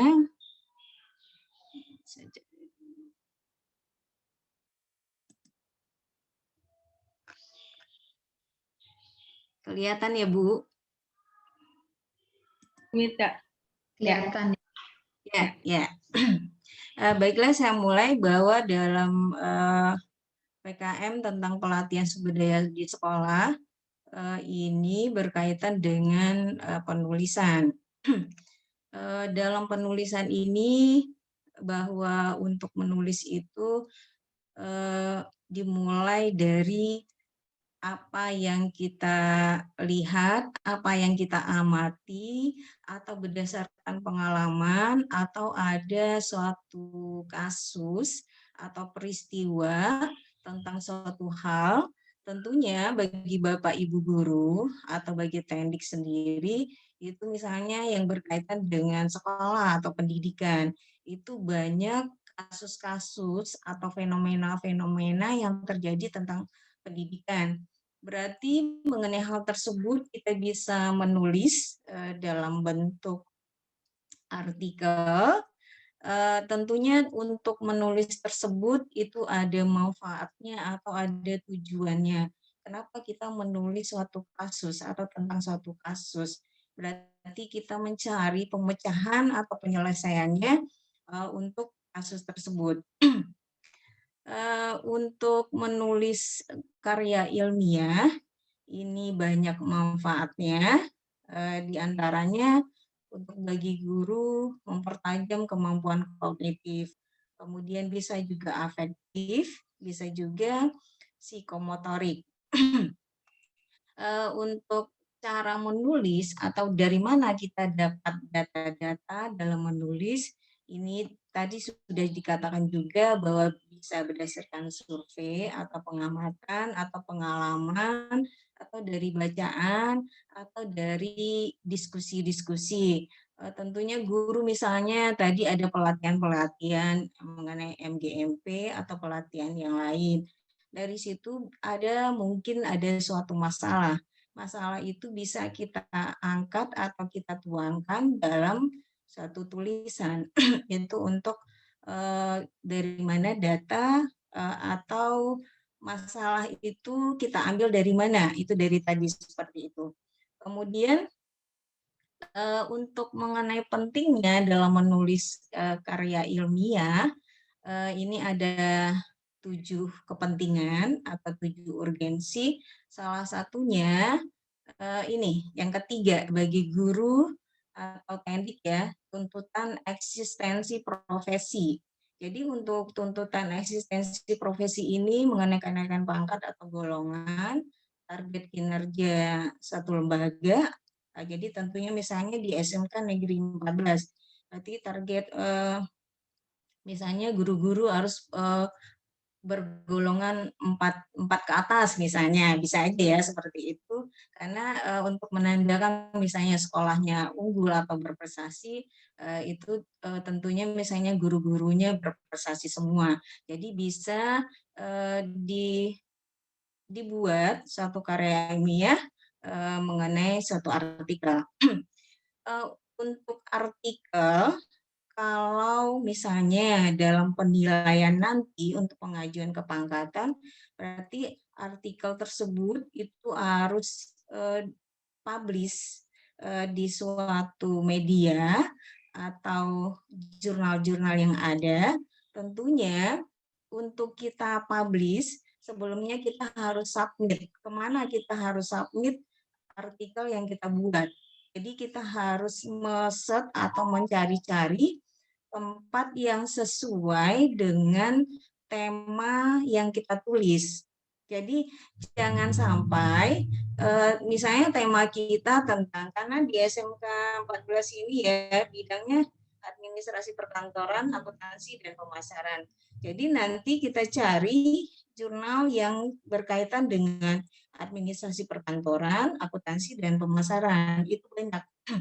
Jadi setelah itu baru nanti kita submit, kemudian ada proses-prosesnya sebelum publish. Itu ada proses misalnya di review itu mungkin beberapa kali review baru bisa dipublish untuk artikel yang kita tulis itu. Kemudian dalam menulis ini tentunya banyak persepsi orang tentang menulis. Pertama, kalau misalnya seseorang itu belum pernah menulis atau penulis pemula, mungkin mereka harus dibimbing untuk menulis. Bagaimana kiat-kiat atau trik dalam menulis. Kemudian harus di screening, dibantu dan direview. Kemudian karena tadi misalnya kita harus submit kemana, jurnal mana, berarti setiap jurnal-jurnal tersebut itu ada template-nya, ada susunan sistematisnya, karena setiap jurnal itu template-nya ada yang berbeda-beda, ada yang hampir sama. Itu tergantung dari editornya yang membuat template-nya seperti apa. Kemudian sebaiknya dalam menulis itu hendaknya kita kerjasama atau kolaborasi dengan teman sejawat yang sebidang dengan kita, agar misalnya ada masukan-masukan dari teman ini sebaiknya cara pemecahannya bagaimana. Jadi teman itu akan memberikan kontribusi tentang cara-caranya. Kemudian karena sekarang dalam penulisan itu dicek tingkat plagiarismenya. Jadi untuk pengecekan itu biasanya dalam satu tulisan atau artikel di sini banyak kesalahan dalam mengutip. Misalnya mengutip, boleh aja mengutip asalkan ada sumbernya dari mana, dan cara pengutipan juga itu misalnya pengutipan langsung atau tidak. Jadi jangan kita mengutip itu sepenuhnya. Kalau sepenuhnya itu sudah dikatakan itu mencontek sepenuhnya. Jadi kita memparafrase dari pendapat yang ada dalam suatu karya orang tersebut. Kita parafrase dengan pengertian yang sama dari pendapat itu. Kemudian dalam penulis itu, jadi tidak semua tulisan kita itu diterima, bisa di-reject atau di-decline, dalam arti ditolak. Kenapa ditolak atau di-decline? Karena tidak sesuai dengan pemikiran yang ada dalam jurnal tersebut. Tidak sesuai, misalnya tidak sesuai dengan para reviewer yang ada di jurnal tersebut, maka dia akan menolak. Bisa juga diadakan revisi, nanti di revisi itu misalnya di latar belakang ini harus ditambahkan misalnya literatur review yang berkaitan dengan masalah yang diteliti, itu masukin di situ. Kemudian apalagi revisi yang si reviewer ini menambahkan apa lagi atau memperbaiki apa lagi, nanti ada tertulis di situ di artikel kita. Kemudian nanti misalnya setelah melalui proses-proses revisi, baru artikel kita bisa diterima dan siap untuk dipublikasikan. Kalau udah siap untuk dipublikasikan berarti ya ada nilai tertentu yang kita peroleh, tentunya kita mendapatkan kum dari artikel yang sudah dipublish. Kemudian ini terbitan mutakhir yang berkualitas, jadi maksudnya ini bahwa kita dalam memasukkan suatu artikel ke jurnal tertentu, carilah terbitannya yang berkualitas. Jangan terbitan, kalau misalnya kita di dosen ya, kita harus misalnya masukin ke jurnal internasional. Ternyata jurnal internasional itu discontinue atau predator. Jadi berarti itu nggak berlaku lagi. Makanya di sini harus cari terbitan yang mutakhir atau berkualitas. Kemudian dalam menulis itu bisa kita menulis, misalnya kita udah menulis, udah dipublikasikan, kita bisa menulis ulang dengan membahas atau menambah masalah lain yang berkaitan dengan tulisan yang sudah dipublish itu.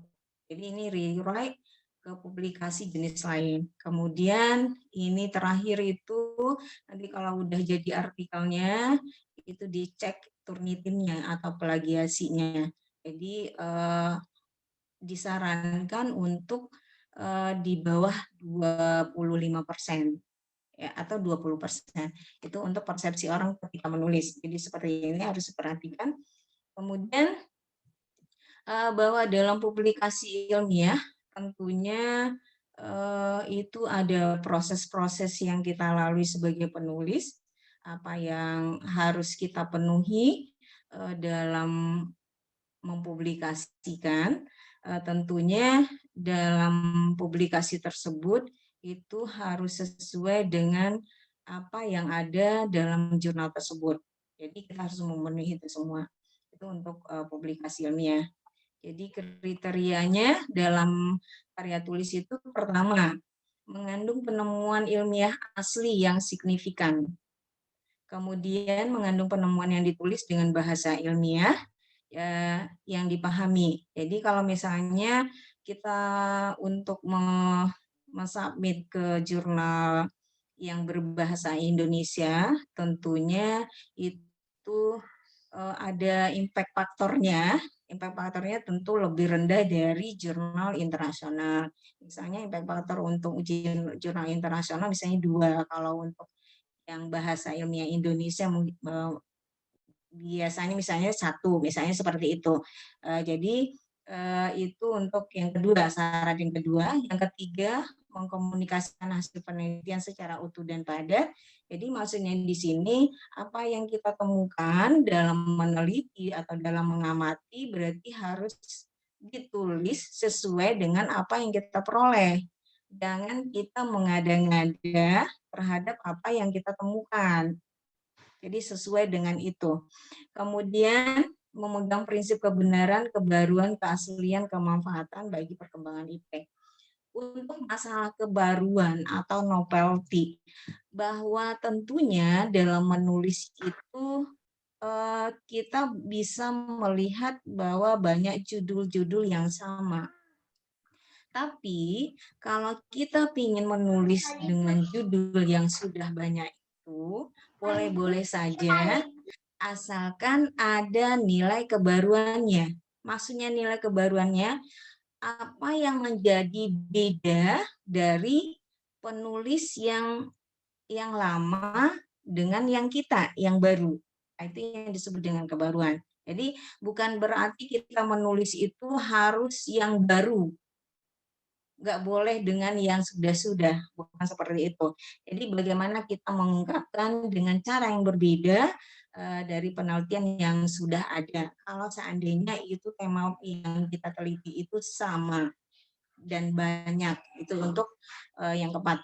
Kemudian struktur format penulisan biasanya itu terdiri dari 4 ini. Pendahuluan, kerangka teoritik, hasil dan pembahasan, kemudian penutup.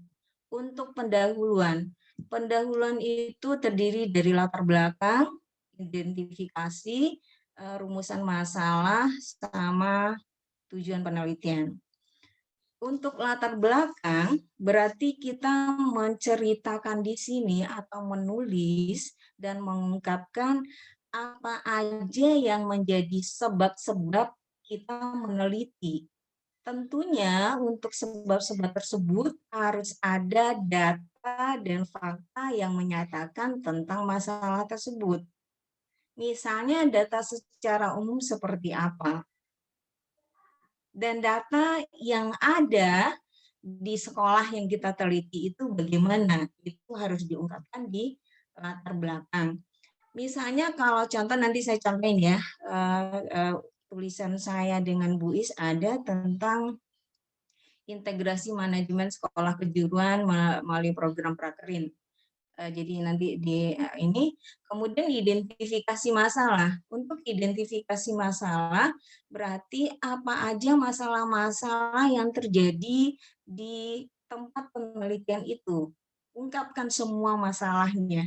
Kemudian baru kita bisa merumuskan masalahnya.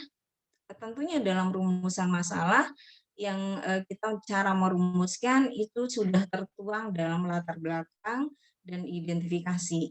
Kemudian tujuan kita menulis itu untuk apa? Misalnya untuk mengembangkan program Prakerin yang ada di SMK misalnya. Cara mengembangkannya dengan apa aja. Itu untuk yang tujuan. Kemudian kajian teoritik. Untuk kajian teoritik ini, di sini ada kajian kepustakaan, teori pendukung, definisi operasional, kemudian indikator, kemudian deskripsi, kerangka, berpikir. Dalam kajian teoritik ini, untuk di bab 2-nya, bahwa kita dalam menulis di latar belakang masalah, berarti tentunya ada masalahnya. Kalau misalnya nanti kita kan terbagi ada jenis penelitian kualitatif, ada kuantitatif. Kalau untuk kualitatif berarti masalah utamanya itu apa? Untuk di kajian kepustakaan berarti kita harus membahas atau memasukkan teori-teori yang berkaitan dengan masalah tersebut. Jangan di luar itu. Pokoknya yang berkaitan dengan itu aja. Kalau di kuantitatif berarti kita berdasarkan variabel. variabel apa yang akan diteliti, berarti itu variabel itu aja yang kita cari konsep-konsep teorinya. Misalnya variabel X-nya kalau untuk di pemasaran misalnya marketing mix misalnya. Jadi marketing mix itu apa yang dimaksud dengan marketing mix? Kemudian variabel perilaku konsumen. Jadi untuk perilaku konsumen misalnya itu terkait dengan model AIDA misalnya. Yang pertama attention-nya bagaimana, interest-nya bagaimana, desire-nya bagaimana, kemudian action-nya terhadap satu produk. Nah, jadi itu misalnya bagi guru-guru nanti yang mengajar di bidang pemasaran bisa misalnya menarik itu banyak, apalagi sekarang itu udah banyak tentang pemasaran online. Dalam masalah pemasaran online itu ya banyaklah kasus-kasusnya. Misalnya produknya tidak sesuai dengan apa yang dipromosikan, yang ada di gambar misalnya. Nah, itu bisa diinikan. Kemudian mengenai harganya misalnya mahal, tetapi barangnya nggak berkualitas. Nah, itu bisa seperti itu. Kalau misalnya guru-guru yang mengajar di administrasi perkantoran, tentunya ini berkaitan dengan kegiatan operasional sekolah atau manajemen sekolah. Nah, itu banyak. Misalnya dimulai dari fungsi-fungsi manajemennya, tentang perencanaannya, tentang pengorganisasian, tentang bagaimana pelaksanaan kegiatan misalnya, kemudian bagaimana pengawasan. Nah, itu untuk administrasi perkantoran. Jadi dalam kajian teoretik di sini di situ yang ditulis adalah yang berkaitan dengan masalah aja atau dengan variabel aja yang kita tulis. Kemudian hasil dan pembahasan. Untuk hasil berarti kita mengungkapkan temuan. Temuan apa yang kita peroleh dalam penelitian, selama dalam penelitian, kemudian kita bahas. Dalam pembahasan ini tentunya kita cocokkan dengan teori yang sudah dituangkan di kajian teoretik. Kemudian baru di sini mengenai penutup. Penutup itu kesimpulan dan saran. Kalau di kualitatif itu ada rekomendasinya. Ini untuk format dalam penulisan karyanya. Secara penjabarannya untuk metode penelitiannya ini begini. Ini penelitian isu atau fenomena, kemudian kita cari literaturnya, kemudian masalahnya apa, kita buat dalam perumusan masalah, kemudian dengan pakai metode apa kita gunakan, misalnya metode kualitatif, kuantitatif. Nah, ini seperti ini, teori, masalah penelitian, tujuan, kemudian kerangkanya, hipotesis, mengumpulkan data, analisis data, penafsiran data, generalisasi, kemudian kesimpulan. Di sini ada diskusi, hasil dan pembahasan, baru kesimpulan, saran, dan rekomendasi.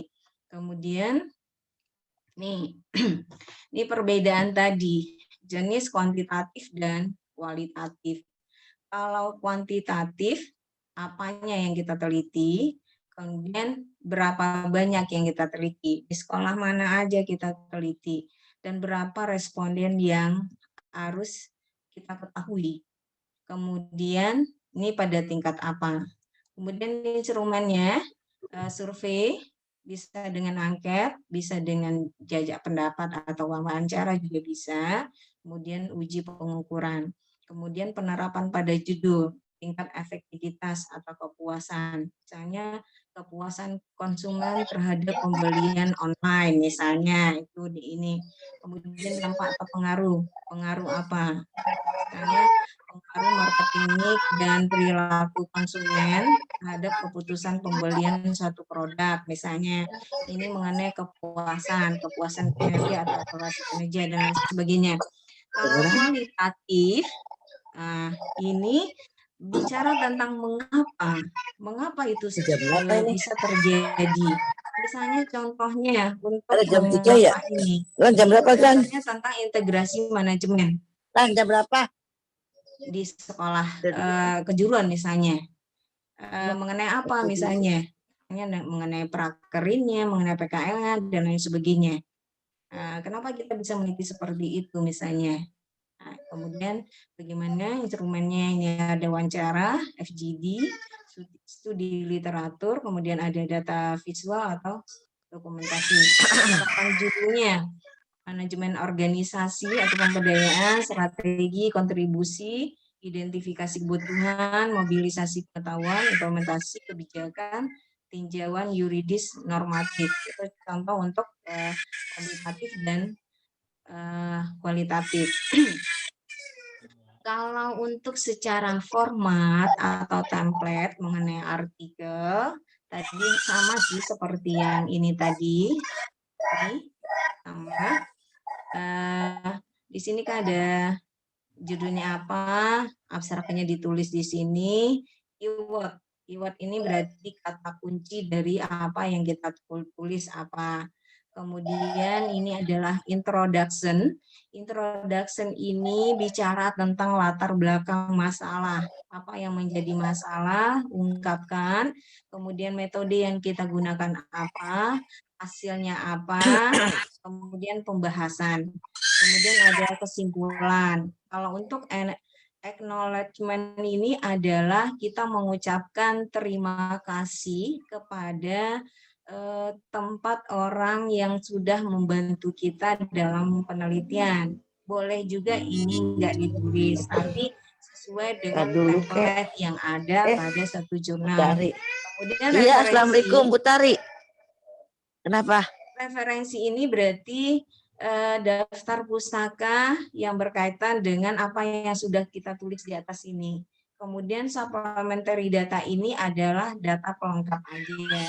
Biasanya suatu jurnal itu untuk supplementary data ini misalnya kita diminta untuk ini CV kita, bagaimana CV-nya, atau boleh juga ini lampiran-lampiran dari data-data yang sudah kita teliti, boleh juga. Ini namanya adalah data pelengkap, itu untuk format dalam penulisan. Kemudian dalam satu jurnal itu tentunya ada ketentuan yang harus kita perhatikan, misalnya mengenai huruf. Untuk huruf ini misalnya di judul harus huruf apa digunakan. Itu kali ya. Misalnya huruf Arial ditulis ini miring misalnya. Kemudian fontnya misalnya berapa? Misalnya 14 untuk judul. Kemudian abstraknya dan lain sebagainya. Itu ada keterangannya di template tersebut.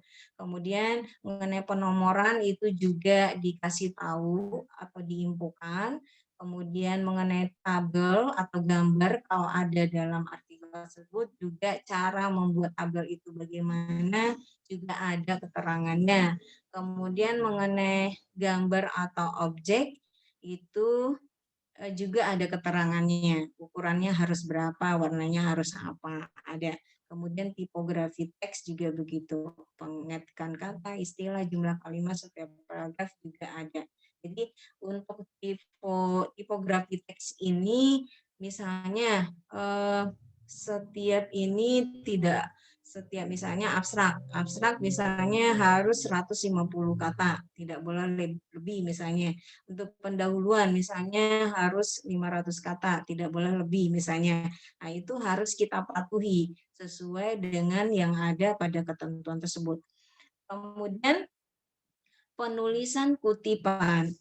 Untuk penulisan kutipan, karena sekarang sudah dianjurkan semuanya untuk pakai referen secara otomatis, jadi tidak mengetik secara manual lagi, itu bisa menggunakan model-model atau software yang ditentukan dalam jurnal tersebut. Misalnya pakai Mendeley, pakai Zotero, atau pakai EndNote, itu sudah ada di situ keterangannya.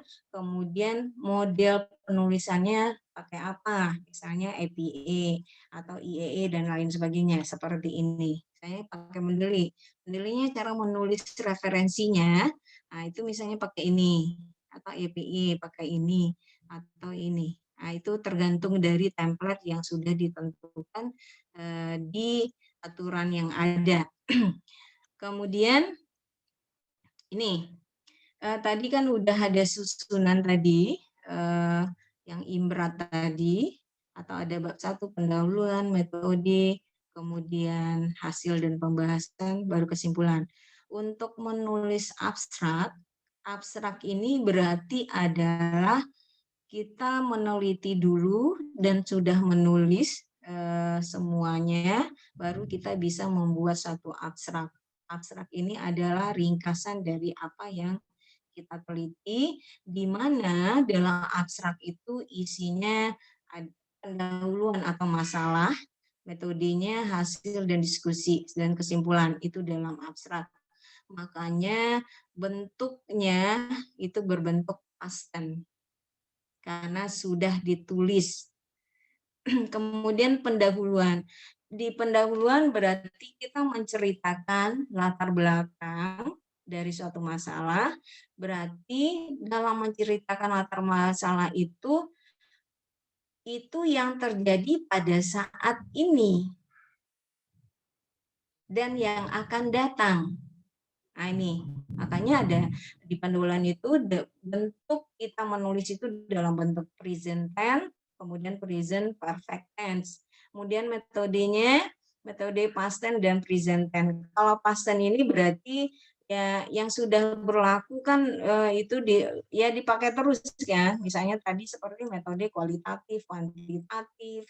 Kuantitatifnya apa, kualitatifnya misalnya fenomenologi, etnografi dan lain sebagainya. Nah, itu makanya past tense karena itu sudah ini ya, sudah standar atau baku. Kemudian hasil ini itu dijelaskan secara rinci. Kenapa dalam bentuk past tense? Karena kita sudah mendapatkan temuannya, baru kita bisa menulis. Berarti kan sudah terjadi. Nah, itu makanya past tense. Kemudian present tense untuk menjelaskan diagram atau gambar yang dirujuk. Kemudian diskusi. Diskusi ini sama dengan membahas temuan, kemudian dicocokkan dengan teori yang ada. Setelah itu baru kita bisa membuat kesimpulan dari apa yang kita tulis. Jadi untuk secara ringkasnya, bahwa dalam menulis karya ilmiah itu seperti ini urutannya biasanya di jurnal manapun. Terkadang ada satu jurnal dia menggabung hasil dan diskusi, tidak dipisah. Ada juga yang dipisah, itu tergantung dari template yang ada pada jurnal tersebut. Untuk selanjutnya ada contoh. Ini contoh jurnal saya sama Bu Is.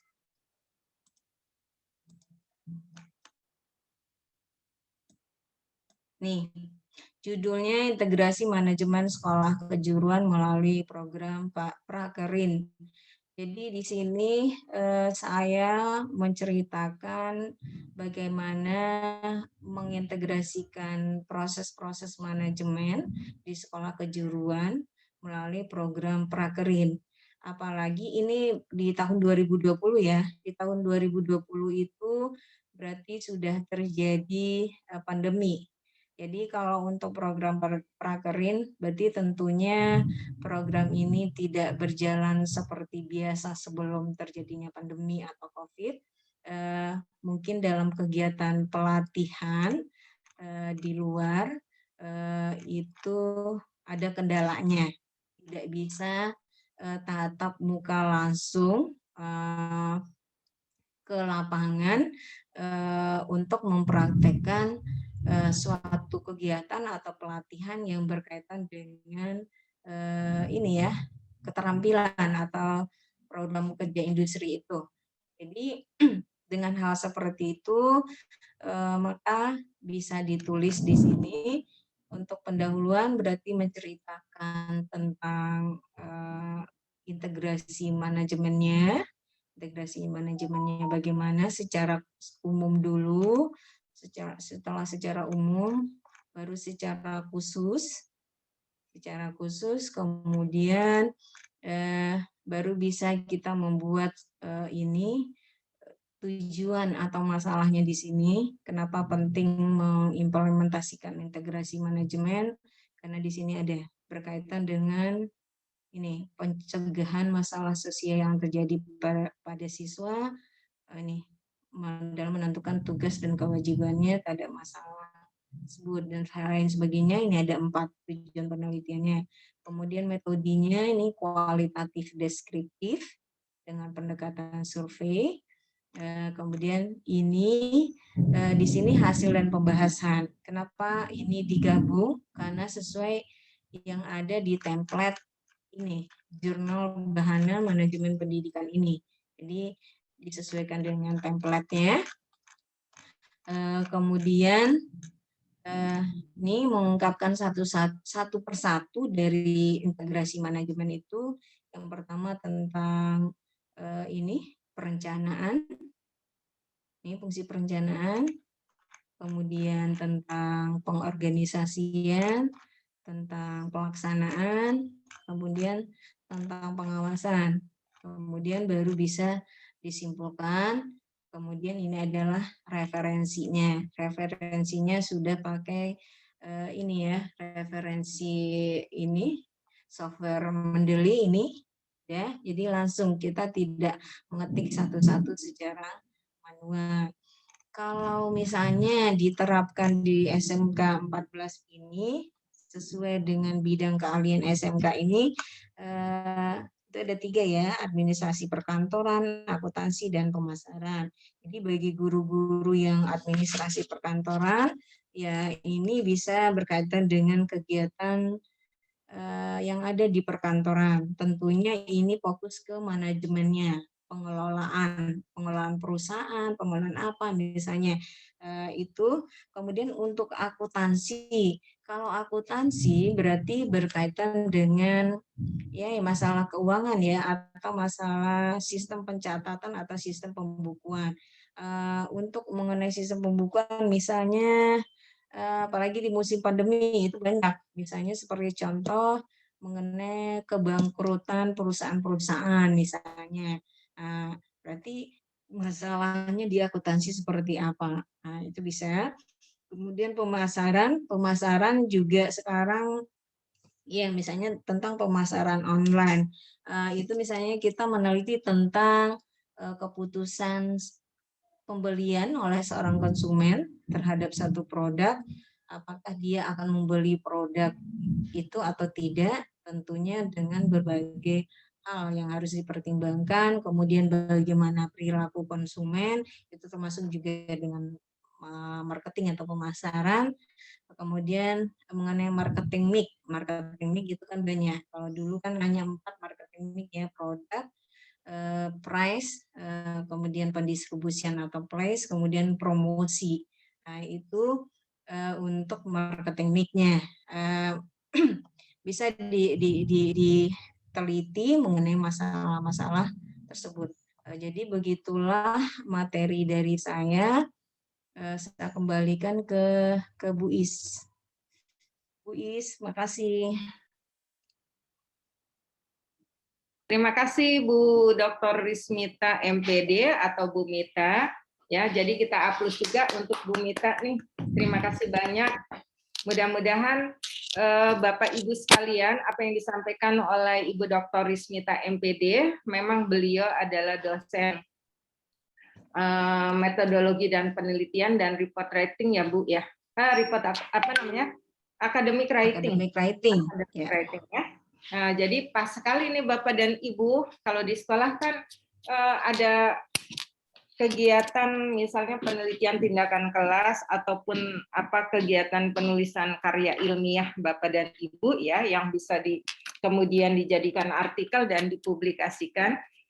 Selain Zoom pada hari ini Bapak dan Ibu, nanti kita akan dialog gitu ya, akan dialog. Silakan Bapak dan Ibu bisa mengajukan pertanyaan dan saya mau minta tolong ke Ibu Kristari nih. Bu Kristari, silakan menjadi moderator nih, barangkali ada pertanyaan-pertanyaan dari teman-teman, baik itu teman-teman guru di SMK 14 maupun dari tenaga kependidikannya. Silakan Ibu.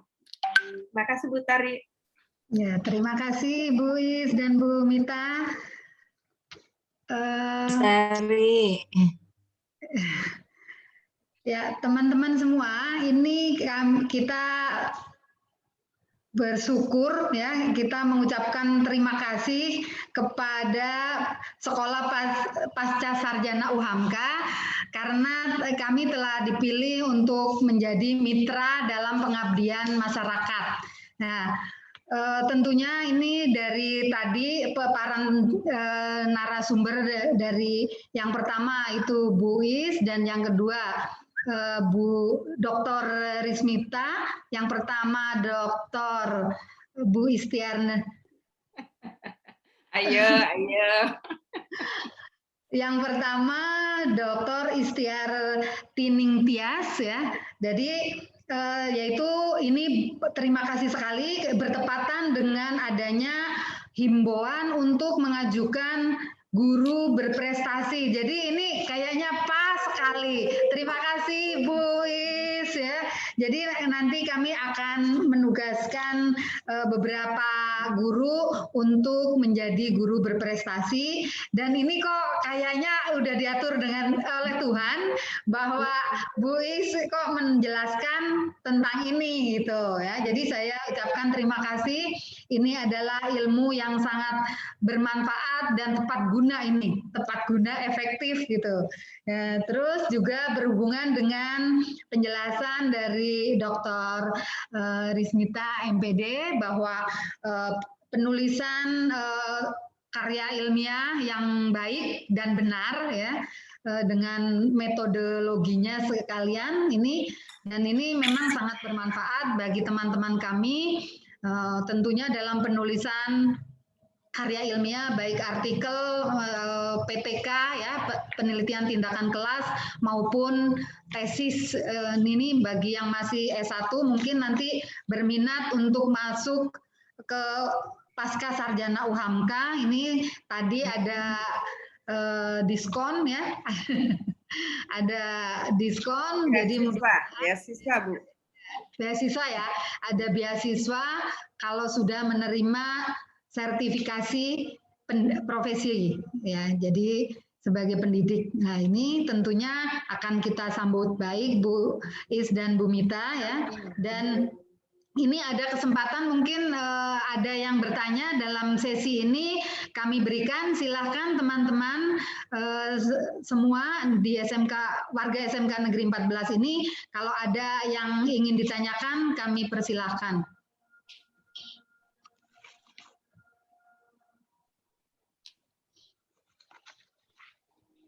Ayo teman-teman ada yang mau bertanya ini masih pesertanya tinggal 35.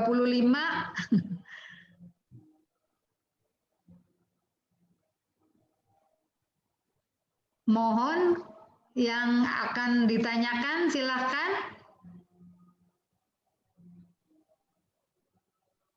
Kayaknya kok sepi nih.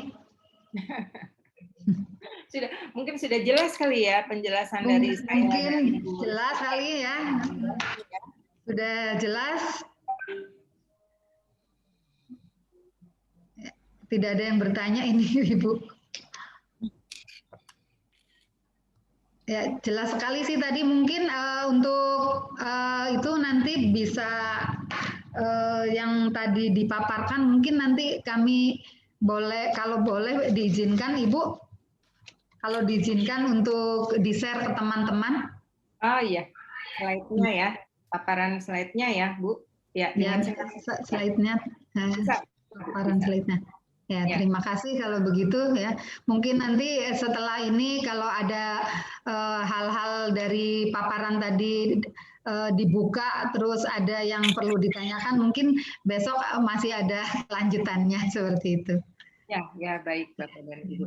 Jadi Bapak dan Ibu, masih ada waktu sebenarnya ini untuk diskusi siapa yang akan mengajukan pertanyaan berkaitan dengan SDM-nya maupun berkaitan dengan karya ilmiah yang dipublikasikan ya sampai dipublikasikan begitu, silakan. Tetapi kalau misalnya Bapak dan Ibu sudah tidak ada pertanyaan ya, masih bisa nanti melalui email maupun melalui WA ya Bu Rismita ya. Jadi kami dengan senang hati akan menjelaskan bila memang ingin atau perlu diperjelas lagi ya. Kalau untuk S2-nya juga kami dengan senang hati akan memberikan brosur ya, e-brosur ya Bu Kristari ya, selain tadi sudah disampaikan. Ya, karena tadi Bu Lulu tadi sangat waktunya ya. Jadi iya. Waktunya memang sedikit ya, kurang panjang gitu. Baik, dan maaf Bu, tadi mungkin saya terlupa yang membaca doa, jadi tadi kami keluar sebentar untuk memanggil gitu. Jadi kami mohon maaf ya. Ya nggak apa-apa Bu. Baik, jadi tidak ada pertanyaan Bapak dan Ibu. Cukup? Bila dianggap cukup Bu Kristari ya. Bu Etin nggak ada pertanyaan? Ya, cukup? Baik. Ya, bila tidak ada pertanyaan ya Bu Rismita ya, mudah-mudahan mudah-mudahan mungkin nanti kalau ada yang ini ya, yang nulis, kita bisa membimbing ya Bu Is, membimbing atau gimana ya, atau kita bisa ingin solusinya bagaimana yang tepatnya gitu. Ya. Kita menerima, ntar sampaikan aja ke Bu Is atau ke saya, nanti kita akan follow up-nya bagaimana. Seperti itu. Ya, terima kasih atas kesediaannya ini Ibu Is dan Bu Kristari, kita juga terima kasih nih sebagai mitra. Mohon maaf ini kalau pelayanannya masih banyak kekurangannya gitu. Sama-sama Bu Kristari ya. Baik Bapak dan Ibu, Ibu Kristari Yuningsih MPD sebentar lagi ya, mudah-mudahan Bapak dan Ibu kita doakan Bu Tarini sebentar lagi akan sidang tesis, mudah-mudahan lancar, dimudahkan ya, mudah-mudahan Bapak dan Ibu yang belum bisa menempuh S2 atau ada keluarga yang ingin menempuh S2, kami memiliki 9 program studi ya unggulan. Kalau di Prodi AP ini memang akreditasinya A, Bapak dan Ibu ya. Jadi mudah-mudahan Bapak dan Ibu yang belum S2 maupun keluarganya yang belum S2 bisa bergabung. Saat ini kami masih dalam penerimaan mahasiswa baru ya untuk semester gasal 2021, itu akan dimulai nanti perkuliahannya, dan semuanya secara daring Bapak dan Ibu selama pandemi ya, online ya. Perkuliahannya online, kemudian sidang proposal tesisnya online, UTS-nya online, UAS-nya online, sidang tesisnya pun online ya. Bu Kristari mungkin nanti tanggal 28 atau 29 Juli ya ujian sidang tesis. Baik, terima kasih banyak Bapak dan Ibu, terima kasih banyak kami atas nama tim PKM dari Sekolah Pasca Sarjana UHANKA yang bermitra dengan Sekolah Menengah Kejuruan Negeri 14 Jakarta Pusat. Bapak dan Ibu sekali lagi mengucapkan banyak terima kasih. Mohon maaf juga bila ada tutur kata kami, ada yang mungkin tidak berkenan, mohon dibukakan pintu maaf yang setulus-tulusnya Bapak dan Ibu ya. Tetap protokol kesehatan dijunjung tinggi Bapak dan Ibu ya. Salam sehat untuk Bapak dan Ibu dan keluarga di rumah ya. Akhirnya mari sama-sama melafaz hamdalah. Alhamdulillahirabbil alamin. Sampai jumpa lagi. Sampai jumpa lagi Bapak dan Ibu. Billahi taufiq wal hidayah. Wassalamualaikum warahmatullahi wabarakatuh. Waalaikumsalam warahmatullahi wabarakatuh. Terima kasih Bu. Sama-sama Bapak Ibu. Ya. Ya, oke. Terima kasih sekali nih. Jumpa lagi ya. Baik. Kami izin live ya Bapak Ibu sekalian ya. Iya Bu, terima kasih Bu Is, Bu dan Bu Mita. Salam buat semuanya. Bu Lulu, salam buat Bu Lulu. Ya, baik.